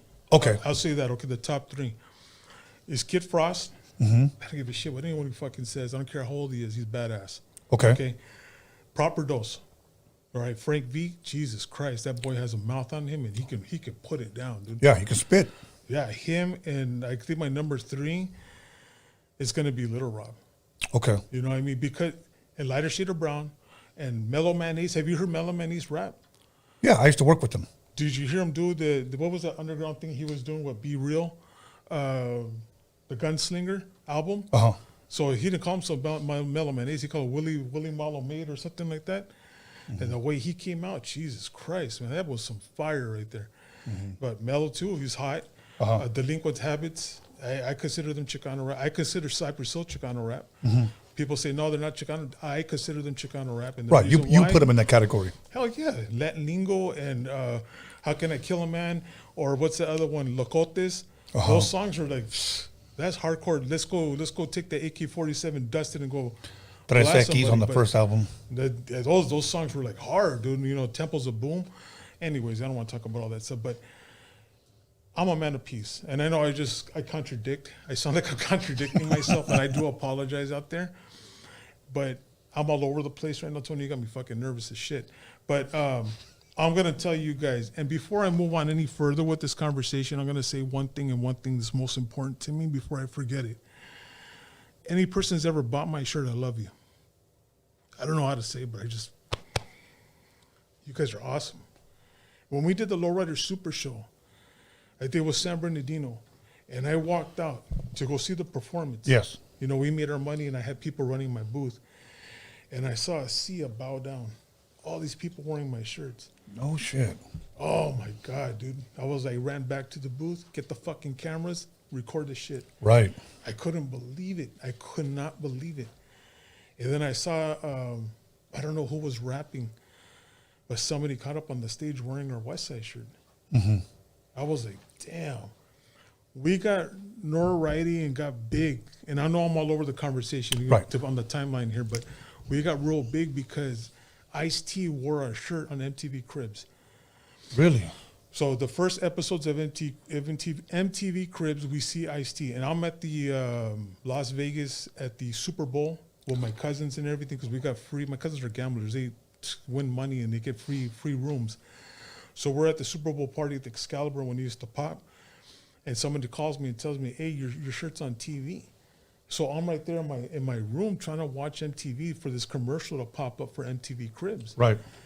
And I stayed in the room all night. I never left the room. And my old lady's like, are we going to fucking leave or what? And I was like, nah, hell no, I got to watch this shit. And everybody's partying downstairs in Vegas. I had to watch this commercial, and the commercial popped. And it popped like at midnight. And I saw Ice-T wearing the shirt. Wow. I called my dad, and I was like, hey, Pop, I think I fucking did it. But, ooh. After that, we went downstairs, partied it up. Oh, I got so fucked up. And then I remember gambling with $100 and walking out with $4,000. That's how I partied it up. Like, Jesus Christ, dude, I was just on every table running around like a little kid in a candy store. Now let me ask you this. I won't do that now, though, but yeah. The first issue of Chicano Rap magazine comes out. What year was that now? You said... That was when the Catwoman movie was coming out. That's when that magazine came out. Okay. And how well did it do? Dude, it sold more issues than any magazine ever popping out in a premiere any time in the world. It was the #1 selling magazine. And that was because of, what's the name of that store that used to sell CDs and magazines? Tower Records. Okay, Tower Records. So the Tower Records in East LA was the #1 seller. Look, when they sell one magazine, they do 6 issues, and then they sell out, and then the next one comes out. But we were so late coming out with #2. When you come out with a magazine, it takes a part of your life away from you because there's so much work that goes into it. Right. I got to deal with the photographers. I got to deal with the writers. I got to deal with the artists. And we built this shop in Buena Park. And we were telling everyone to come to the shop because we put a recording studio. We had offices for a call center. We had everything. And then in the back, we had a print shop. Right. So we were doing everything, West Side Original and Chicano Rap. Built an empire, bro. Yeah, I was building it. You know what I mean? And everyone kept calling me the Mexican Suge Knight, which I didn't like it because of the shit that he was going through. Right, right. I met him when we were doing all this stuff. I met everybody. And I met Noel. And when I met Noel, that was like opening the doors because we started doing backgrounds in movies. Noel would give people my shirts, put the shit on, and they would wear my shirts. They would do all kinds of stuff. I'm a very humble guy, dude. Yes. You know what I mean? And once I moved out of LA and started meeting people in Downey, and then we moved to Orange County, to Garden Grove, and Anaheim and Fullerton and that whole area, I started meeting different people, different vibes, different everything. They weren't like it is over here in LA. Right, right. There's no place like LA. You Right. can take the boy out the ghetto, we can take the ghetto out the homeboy. You know what I Right, mean? right. So when every time I step into any area, I'm in LA, no matter what. You're Right. with me, you're in LA. Right. You know what I mean? But the positive part of it, the whole negative thing is this: I never saw no money in game banging. I never saw no money in doing stuff like that. No. To me, this is important because you said the magazine was doing really, really well. Yes. But the third issue never came out, correct? The third issue. So the first issue was Kid Frost and Little Rob. We did a double-sided issue. Okay. And the reason why I did a double-sided issue because I want to show the old school to the new school. Okay. So the godfather of Chicano rap who started it all was Kid Frost. Okay. And we put him with an American flag, and he didn't like that at all. Really? And, yeah, because one side was American flag, the other side was a Mexican flag. Okay. So I put Little Rob with the Mexican flag. And even in the very beginning, it was hard to get Kid Frost to come on board. Right. But MC Pancho got him on board. Okay. You know what I mean? But remember, I have other people that are working in the magazine. Okay. It's our first issue ever coming out. So we even had misspellings in there. Wow. Right? And that was because of the editor wasn't, I don't know, something happened where we didn't mean to, but we even dissed MC Pancho because we didn't put his name in the fucking magazine. His name was in the second issue saying that he's the art director. I wanted to put him as the art director because he was getting all this talented work from the pen. And I wanted to hook him up with Cheech Marin to start going to get all that artwork as well and bring it to us because I'm only one person. I can't be everywhere. Yeah. So I had to start dividing the company out. So that way, this person's in charge of the artwork, this person's in charge of the artist, this person's in charge of the we wanted to get Latina models. We wanted to get all that and put it in the magazine. Our heritage and being Chicano has been exploited and been taken away from us. Yes. Because we're not being taught this stuff in schools. Right. Nobody's teaching Chicano studies at all. No. What Mexico's done for the United States. Right. Or what the United States has done for Mexico. Okay. We're completely what Trump says. We're the scum of the earth. And each one of us needs to be deported, whether you're 3 or 4 generations born here Chicano, Right. or whether you're fresh over the fucking fence, the border, which is really disrespectful. And they put me on that category after all the blood, sweat, and tears. I pay my fucking taxes and I'm a U.S. citizen. My parents are U.S. citizens. Yeah. Come on now, dude. This door has been shut for us. And to open up a clothing line like this, my face has been hidden a lot because a lot of people think that Bowdown clothing is black owned. It's not. It's Raza owned by Yes. me. Yes. Yes. I created this. I went to high school with the majority of the students black. That was St. Bernard's, and my elementary school was Cathedral Chapel. Both the schools are still there. Yeah. And I had no animosity towards anybody, a skin color. I don't give a shit. You're cool with me, I'm cool with you. Yeah. I love you. Yeah. And I cuss a lot. I cuss more than anything else, especially after what I went through in the hospital. I can tell. So, get Noel. Okay, so let's get to the second issue. Who's on the cover of the second issue of Chicano Rap Magazine? Second issue, I put Cypress Hill. Okay. Because I learned something from Cypress Hill, from Be Real. Be Real came out of his mouth, and I was like, fuck you, I'm going to take you, and I'm going to do what you fucking just said right now. What do you say? B Roll said he was doing free shows and promotions for Beastie Boys. And the reason why he was doing that was to get the Beastie Boy fans to become Cypress Hill fans. Oh. You understand what I'm saying? Yeah. So for me to get Chicano Rap Magazine up and running and becoming more fan base with that, I picked Cypress Hill on the second issue. Oh my God, I got so much shit from the founder. The founder is Carlos, which is my brother, and I love him. Right. Carlos is in Lompoc now, but he's the one that came up with the concept of Chicano Rap Magazine. So I'm the one that said we were supposed to have somebody else do the magazine with us and be the editor. But this guy was a dumb shit. And then the way they were coming out with the magazine was like Teen Angel Magazine. No disrespect to those guys because those guys are cool people. But I didn't want the magazine. I wanted more for our people. Yes. Because not only am I covering the rappers, but I'm also covering the lifestyle. Yes, which the culture. means who? Me. Right. You know, I'm not a rapper, but guess what? I want to know what the fuck he eats, what he drinks, what he wears, what clothing brands he's buying, what deodorant he's wearing, what cologne he's wearing, what kind of women is he with? If he's with the woman, is he using rubbers? What rubbers is he using? Right, right. You know, shit like that, because this is important because of their lifestyle. You know, is anyone ever talking about sex? Nobody talks about sex. You know why? Because everyone is scared of it. It's such a taboo fucking subject, especially in the Mexican cultures, where you have women that are pregnant, having kids out of wedlock, or also catching diseases and spreading diseases around like a motherfucker. Right. You know what I mean? No, this shit was all in the magazine based on that, and it was supposed to look like a Maxima magazine. I didn't want it looking like anything else but a Max magazine. Yeah. But you know who stepped up to the plate? The people at Lowrider magazine, the people at Dub magazine. Dub magazine came up to me and told me, this is where we're getting our magazine printed. John Ramos, love you. Miles Kovacs, love you, because he gave me boosts at the show to promote my stuff. Lowrider magazine boosts too, but I had issues with them. And so now, I have to ask you, because to me, this is like the third issue did not come out. Why? What happened?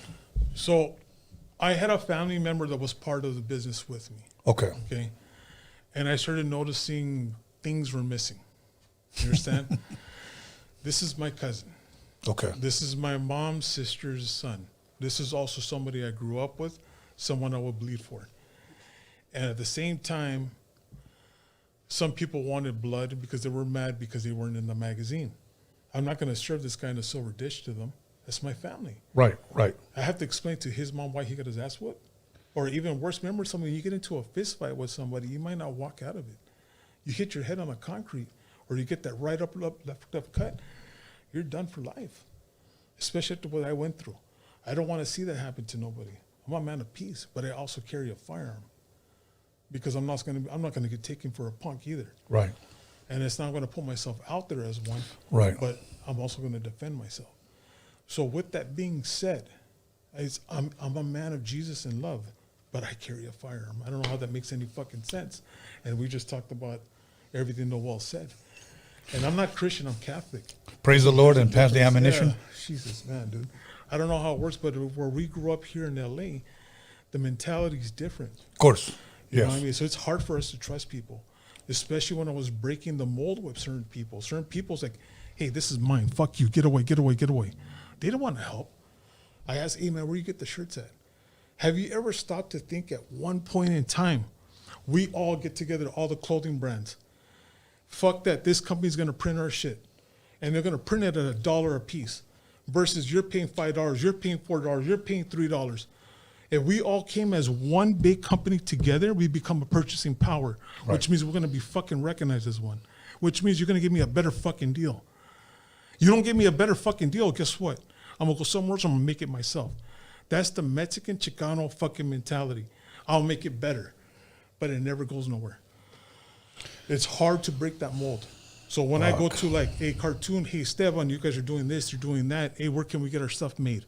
You know, I'm doing it here. As a matter of fact, I got my own fucking machines. Why don't you come over here, just pay my workers and run your shit? Hey, nobody wants to do that. You got to remember too, this is the secret sauce. This is my secret sauce of my business. You know what I mean? I freely share that with anybody that work with me, which is why I'm probably getting knocked off. You know, but it would turn this into a positive, right? Right. You know what I mean? Hey, I'm not going to do nothing, but I'm going to make my stuff original. I don't look at other people's websites. I don't do any of that. And then when we do the Magic Trade Show or the Lowrider Super Show and we see these other brands, it's all respect. We do that. How you doing? Or we'll sometimes get together on the side and talk. How you doing? Right. You know what I mean? Well, you know, just ever since I've known you, bro, you've always been the same. Yeah. You know, you've always been straight up. You've always been honest, like just like the way we're talking right now. I mean, there was a time we didn't talk for several years, and then we catch up on the phone. We just start talking. Yeah. Like we pick up right where we left off, and that's a good thing. That's a really good thing. So, my thing is this. Okay, 2021 is about to end. 2022. What can people expect from Jesse G Bowdown Clothing? We're opening up a store. Okay. So we're opening our own flagship store. And this is the first store ever? This is the first store ever. We were supposed to open this, but I got sick with the COVID virus. Okay. And like I said, my worker passed away. I ended up in the hospital for 4 months. After I came out the hospital from COVID, I ended up going to a rehab to learn to walk, talk, and eat. Oh, wow. I lost 180 pounds when I was in the hospital. And when I came out like sticks and bones. So when they sent me to the rehab was, Jesus Christ, it was supposed to be the best rehab in California. Okay, you said 4 months in the hospital. 4 months in the hospital. There's no worse than what I got. Worse is death. Were you? I'm only asking because. No, it's fine. Ask. Okay, were you able to breathe on your own? No. Now, was there ever a time where the hospital considered possibly pulling the plug? Yeah, if my sister wasn't there, they would have pulled it. Okay, I'm only sharing that is because there's someone that I know that just lost a loved one. He was possibly almost a month under, and he couldn't breathe on his own. And the hospital just went ahead and pulled the plug and told the family, you got 15 minutes to come say goodbye. Okay, look, check this out. We're going to continue this conversation about West Side Original and Chicano rap. Tony's going to have me in here, and he's going to have me for 2 hours. Absolutely. So, but I'm going to tell you guys what happened with COVID, because COVID's very important. I think this is part of the reason why I'm still alive. Yes. COVID is fucking real. No ands if or buts about it. When I got COVID, it hit me the minute I got it. How did you get it? Do you remember, or from who, or from what, or? It happened from my worker that passed, because this stuff was still in the shop. So remember this, it doesn't just go away. You have to literally go and spray the shop down with Lysol. You have to clean the shop. Right. Now, I'm not saying we're dirty motherfuckers, but we cleaned everything. Right. You know what I mean? So when I went to the shop, I remember feeling really sick. And I started with, in October, I had bronchitis. So I was already out for 2 weeks because the girls that were working didn't want me in the shop because everyone was so scared of COVID. Right. So I didn't go to the shop in that week because you get bronchitis for me, it goes fast. So I was so fucking bored at home, I decided to put a punching bag up and then my back went out. So I was out for another week. Then when I finally went back to work, I'm working, everything's going smooth, we're back on track. Now we're doing big things, and I'm talking about big fucking things. We're talking about huge department stores want to carry our brand. Wow. You know what I mean? And my brother's here, but he's saying no. There's like one big brand that's everywhere that was about to pick up our brand. So we paid catalogs, we made all this stuff and got it ready to go. The day I got COVID, okay, I'm there at the shop working and everything, and then I started feeling sick. The sickness I started feeling, now I got ammonia. So how the fuck did I get ammonia? I was fine. I didn't have shit. I got ammonia. And I was coughing out a lung and everything. So for 2 days, I went to the shop coughing, feeling sick. Then all of a sudden, it hit me. The day I showed up at the shop, I'm living in Covina, driving to Santa Ana every day, going to work. When I go to the shop on that day, I don't remember what day it was, but I told the workers, you guys got everything. You guys know what orders you got to do. You got to knock it out. Right. Like, yeah, go take a nap. So I went to sleep, and I woke up at 7 o'clock at night. I went to sleep at 10 o'clock in the morning, woke up at 7 o'clock at night, slept the whole fucking day. And then my brother comes to the shop. He's like, hey, what the hell, what's wrong with you? Why are you still here? And I was like, I don't feel good. I'm going home. When I went home, as soon as I got home, my kid's mother quarantined me in that bedroom and took me to West Covina Medical to go get checked to see if I had COVID. When I went out there was about 10 people getting checked. And they wouldn't allow us into the hospital, and it was fucking freezing. It was cold. They just had us sitting outside in the tent. So they finally checked me, and all those people that went there had COVID too. Wow. So I don't know. You know what? I could probably say I got it there. You know, I don't know. I don't know how I got it, but I got it. And then when I went home, the next day they called and said he tested positive for COVID. So she went and she took the kids, my 3 boys, her, and her mom and dad to go get checked. They come back 2 days later, they're all tested positive for COVID. So now it's just spread it to the whole house. Now her sister and her sister's daughter was visiting, they got it. Her brother's girlfriend got it. George goes home, George gets it. So now he goes to the house in Garden Grove, he gives it to my mom, my dad, his kids. So they're sick. Then my sister goes, you know what, I'm gonna send you guys an oxygen sensor. Oxygen sensor goes on your finger. $40 on Amazon. So I got that, and she kept checking. She said, the minute you go under 90, you have to go to the emergency room. I hit 56. I think I hit 56 or 60 or something like that. Wow. So my kid's mother tells me, let's go to the West Covina Medical. So we go to West Covina Medical. There's 20 people outside waiting to get in, and there's cops right there. And I call my sister and say, Merce, I'm gonna fucking die. What do I do? And she was like, you know what, bring your ass over here to the hospital right now. So I tell her, take me to the hospital. She drove me from West Covina all the way to Newport Beach. So we go all the way, and I'm just sitting like, how the fuck am I gonna pay this? I don't have insurance. I don't have shit. So we get to the hospital, and the minute I got into the hospital, it's like, you don't think that you're never gonna see your family again. So I just say, hey, I'll see you later. And that was it. And my son was in their car with me. He jumped in the front seat with my kid's mother and drove off. And I sat down. I told my sister, last time we're going to see the outside. And she was like, get your fucking ass inside. And I was like, all right. So she takes me inside. My sister's like one of the head nurses that runs, teaches a nursing program at the hospital there. Okay. So all the doctors, all the nurses know her. So she gets me in there, and I go, I don't want to get her in trouble. Right.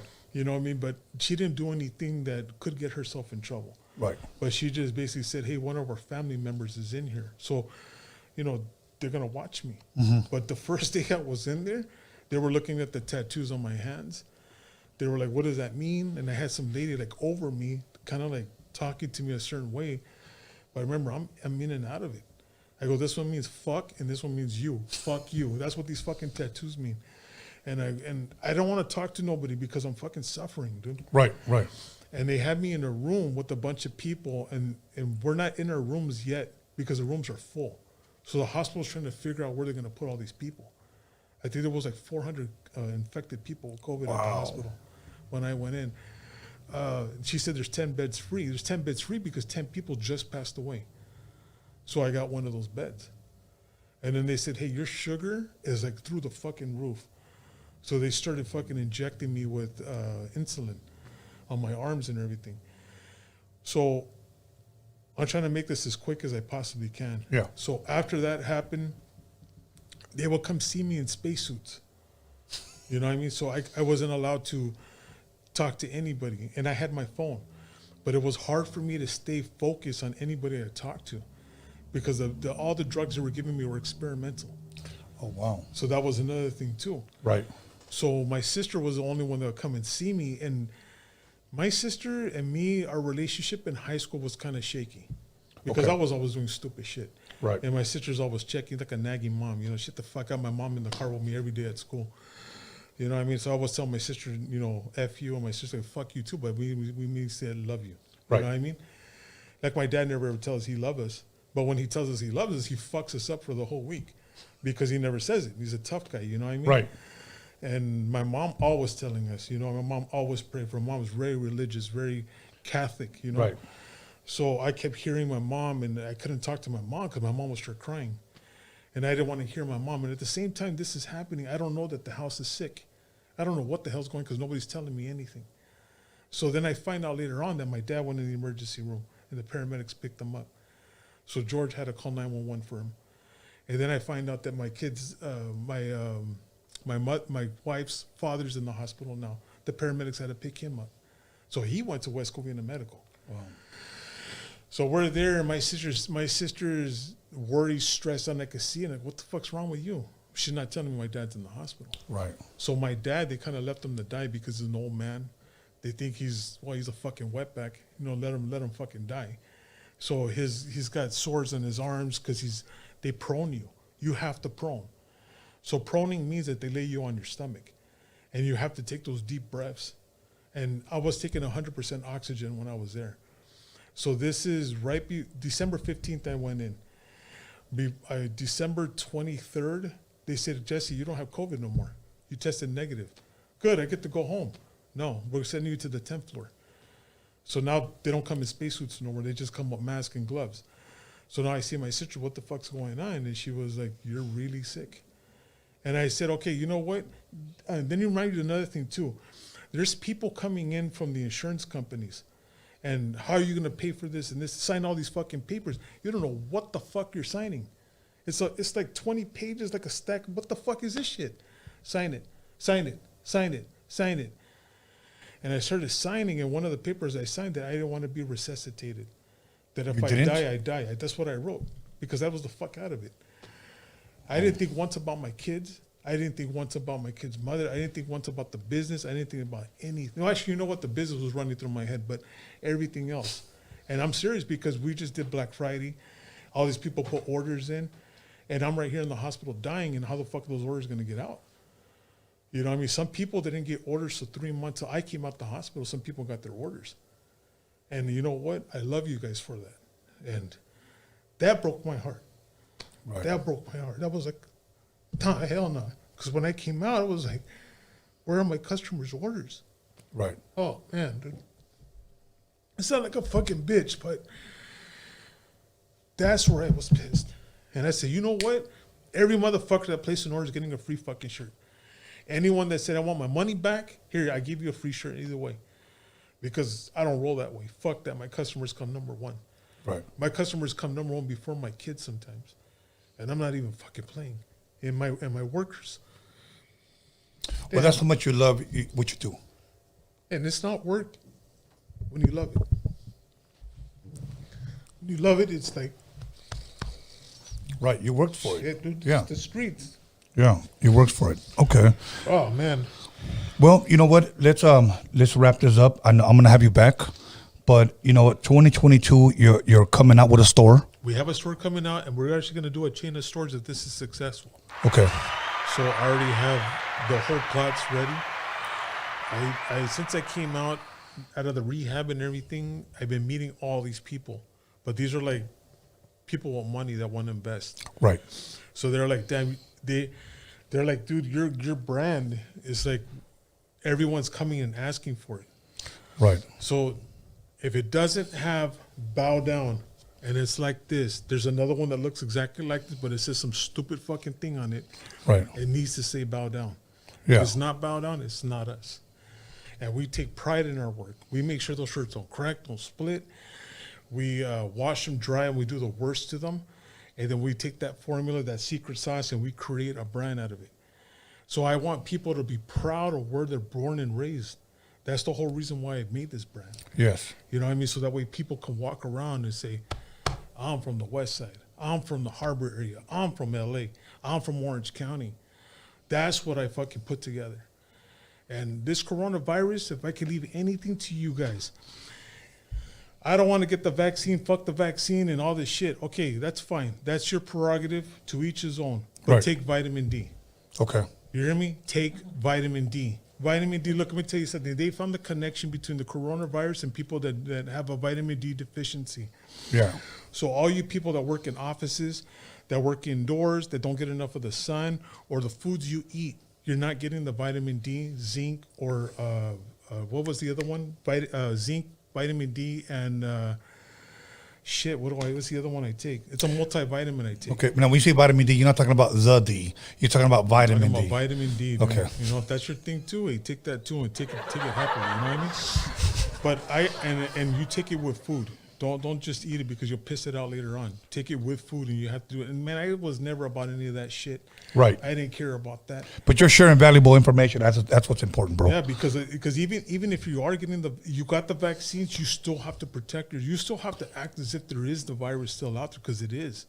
I mean, I heard stories of people, the hospital, all the doctors, I still talk to them. So there's people that were in the hospital when I went in. I'm 46. There's people that went in at 30 years old that are still in wheelchairs. I'm walking. You understand what I'm saying? I don't have a cane and I don't have a walker. When I came out of that hospital, I kicked the fucking wheelchair out of my house. I didn't want to see it. You know, let me ask you something before we close and we give our shout outs. I know you're not going to be able to answer this, but this is just something that I wanted to ask people or someone who has had it. Do you believe that this thing was man-made? Fuck yeah, it is. 100%. 100% man-made. Wow. Okay. Yeah, yeah, hell yeah, it is. And this is conversations, hearing it from the doctors' mouths. These are people that are running the Orange County Hoag Hospital. This is people that we see their sign at hospital. Mm-hmm. People came to see me that were like, I got to see this guy, because they don't believe I'm walking and alive right now. I was supposed to do the Dr. Oz show. I was supposed to do a CNN show. But because that question was asked to me, they didn't put me on it. Oh. Yep. But yeah, I believe it is. But you were on the Roadium radio show. Fuck yeah, and we tell the truth here. Yes, and he's going to come back, okay? And so look out for the store 2022. Any months particular with the store? This December we're doing a soft launch. Okay. And then when I open up in January with the hard launch, I'm going to have a grand ceremony. You're going to be there. Yeah, most definitely. I'm going to try to get it exhibited, and I'm going to invite Ice Cube if he comes. Okay. You know what I mean? That guy's so fucking busy. Yeah. I still talk to all those guys. When I was in the hospital, they called me to see how I was doing. Big Boy called me to see how I was doing. I'm gonna invite him also. Yeah. See whoever could come. You know what I mean? Most definitely. But it is Santa Ana. It's a different place. Yeah. But the people there love everyone. As long as you come respectfully, everyone's going to be cool. Definitely let me know, and then we'll promote it here, and we'll let everybody know, when it's going to be, when can they expect the store to open, etc. And we'll take it from there. So I would definitely love to be there and promote it here as well. Definitely have you back, and then we have to people up. Hey, we're going to be here. We're going to be there. Blah blah blah. We can do it. Yeah, I love you guys. Thank you so much, and I want to give shout outs to Fullerton. To Frank at Fullerton and at Jefe Wheels. Uh-huh. I want to give a shout out to Ice Cube and Ice T and Exhibit for wearing our stuff. To Sugar Free. To Snoop Dogg, he wore my stuff also. I want to give a shout out to every motherfucker that ever put that shirt on and said, fuck you, and this is where I'm from. It was proud to wear it. Hell yeah. Noel G, for him and his advice. Everyone I ever met, people on the movie sets, to the Joker Brand family, to Streetwise, to Dice One, to Tribal Gear. These are the California clothing brands. These are the ones you guys should be wearing. You know what I mean? These are the people that put their heart and souls in what they do, and it shows. You know what I mean? I don't know any other fucking brand. If I didn't mention you, well, hey, sorry. Oh my God, dude! The number one person that helped me the most, DGA Clothing, David Gonzalez Hart. He's the one that created the Homies characters. You got to bring that guy in here. Well, hook it up. He's got a story, man. And Caesar's got a story. Caesar's got a charitable heart. He helped me out too. I helped them out in the beginning also for their brand. Right. Like I said, I don't hold bar. I mean, you want help, you ask me, I help you. So here's my catalog here. Knock it off and do your thing, but do it your way. Don't do my stuff. Right. And these motherfuckers came through and man, they're making money. They're doing what they're supposed to be doing, and they are for the Raza too. It's a Raza owned company. That's dope. If any of the brands that really hitting hard right now, it's DGA. But we're right behind them, and Streetwise as well. You know what I mean? These are the guys that I can get these guys to come in here and do some interviews because they all got stories. Let's do that, man. You know what I mean? Hell yeah. And then we'll bring you back once again, Jesse. Yep. Oh yeah. So other than that, you're good with your shout outs? My parents, my family, the Garibay family, the Gaeta family. What about Noel G? Noel G, I gave him already. I'll give him another one. Noel G, my homie Oscar, Carlos, who was with me from day one. And you know what? Anybody that feels that I ever did them wrong in any way, shape, or form, I want to apologize right now. Okay. You know what I mean? If you feel that I was wrong in anything, I'm sorry. You know, I never meant to hurt you, make you feel a certain type of way. I've always tried to please and make everyone happy. And you know you can't do that. Yeah. So it's almost impossible. But I am doing something to bring the Chicano movement even to a newer era, a newer time. Yes. So we got to talk about Chicano rap because there were some doors that were opening up and got slammed right in my face because of certain things that I said. And that was just me trying to bring people out and say, well, this guy, that guy. And man, dude, those doors slammed real quick. Well, we'll definitely talk about it because, you know, I'm filming a Chicano rap documentary. We're about halfway through, and I need you on there because I need a lot of these quotes. Yeah, and I got videos. I got all kinds of stuff, you know. You guys heard it here. That's a Chicano rap documentary update. Once again, Jesse G in the place to be. Roadium Radio, Bowdown Clothing. Once again, he'll be back soon. Be looking out for his stores coming out. Once again, Noel G in the place to be. Once again, thank you for coming through. Let me give my shout-outs really, really fast. Want to give a shout out to Erica B&B Entertainment. She blessed me with a Bella shirt. And real quick, Erica, where can they get the shirt at?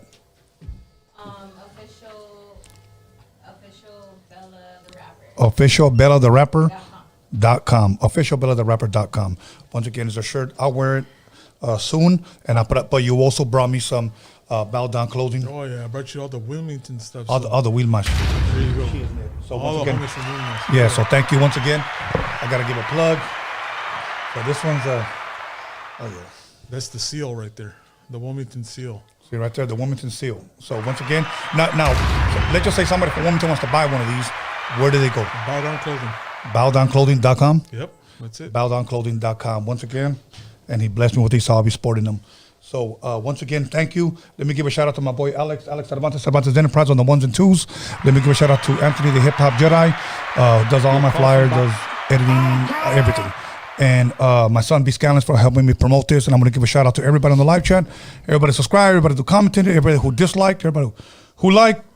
If you commented negative, positive, doesn't matter. You guys still watched. So other than that, Noel G, Jesse G, And your brother right here? George. Yes. And we'll be back Wednesday with another special guest. And we're out of here. Hope you guys had a blessed time. You have a blessed night. And we'll see you guys next time.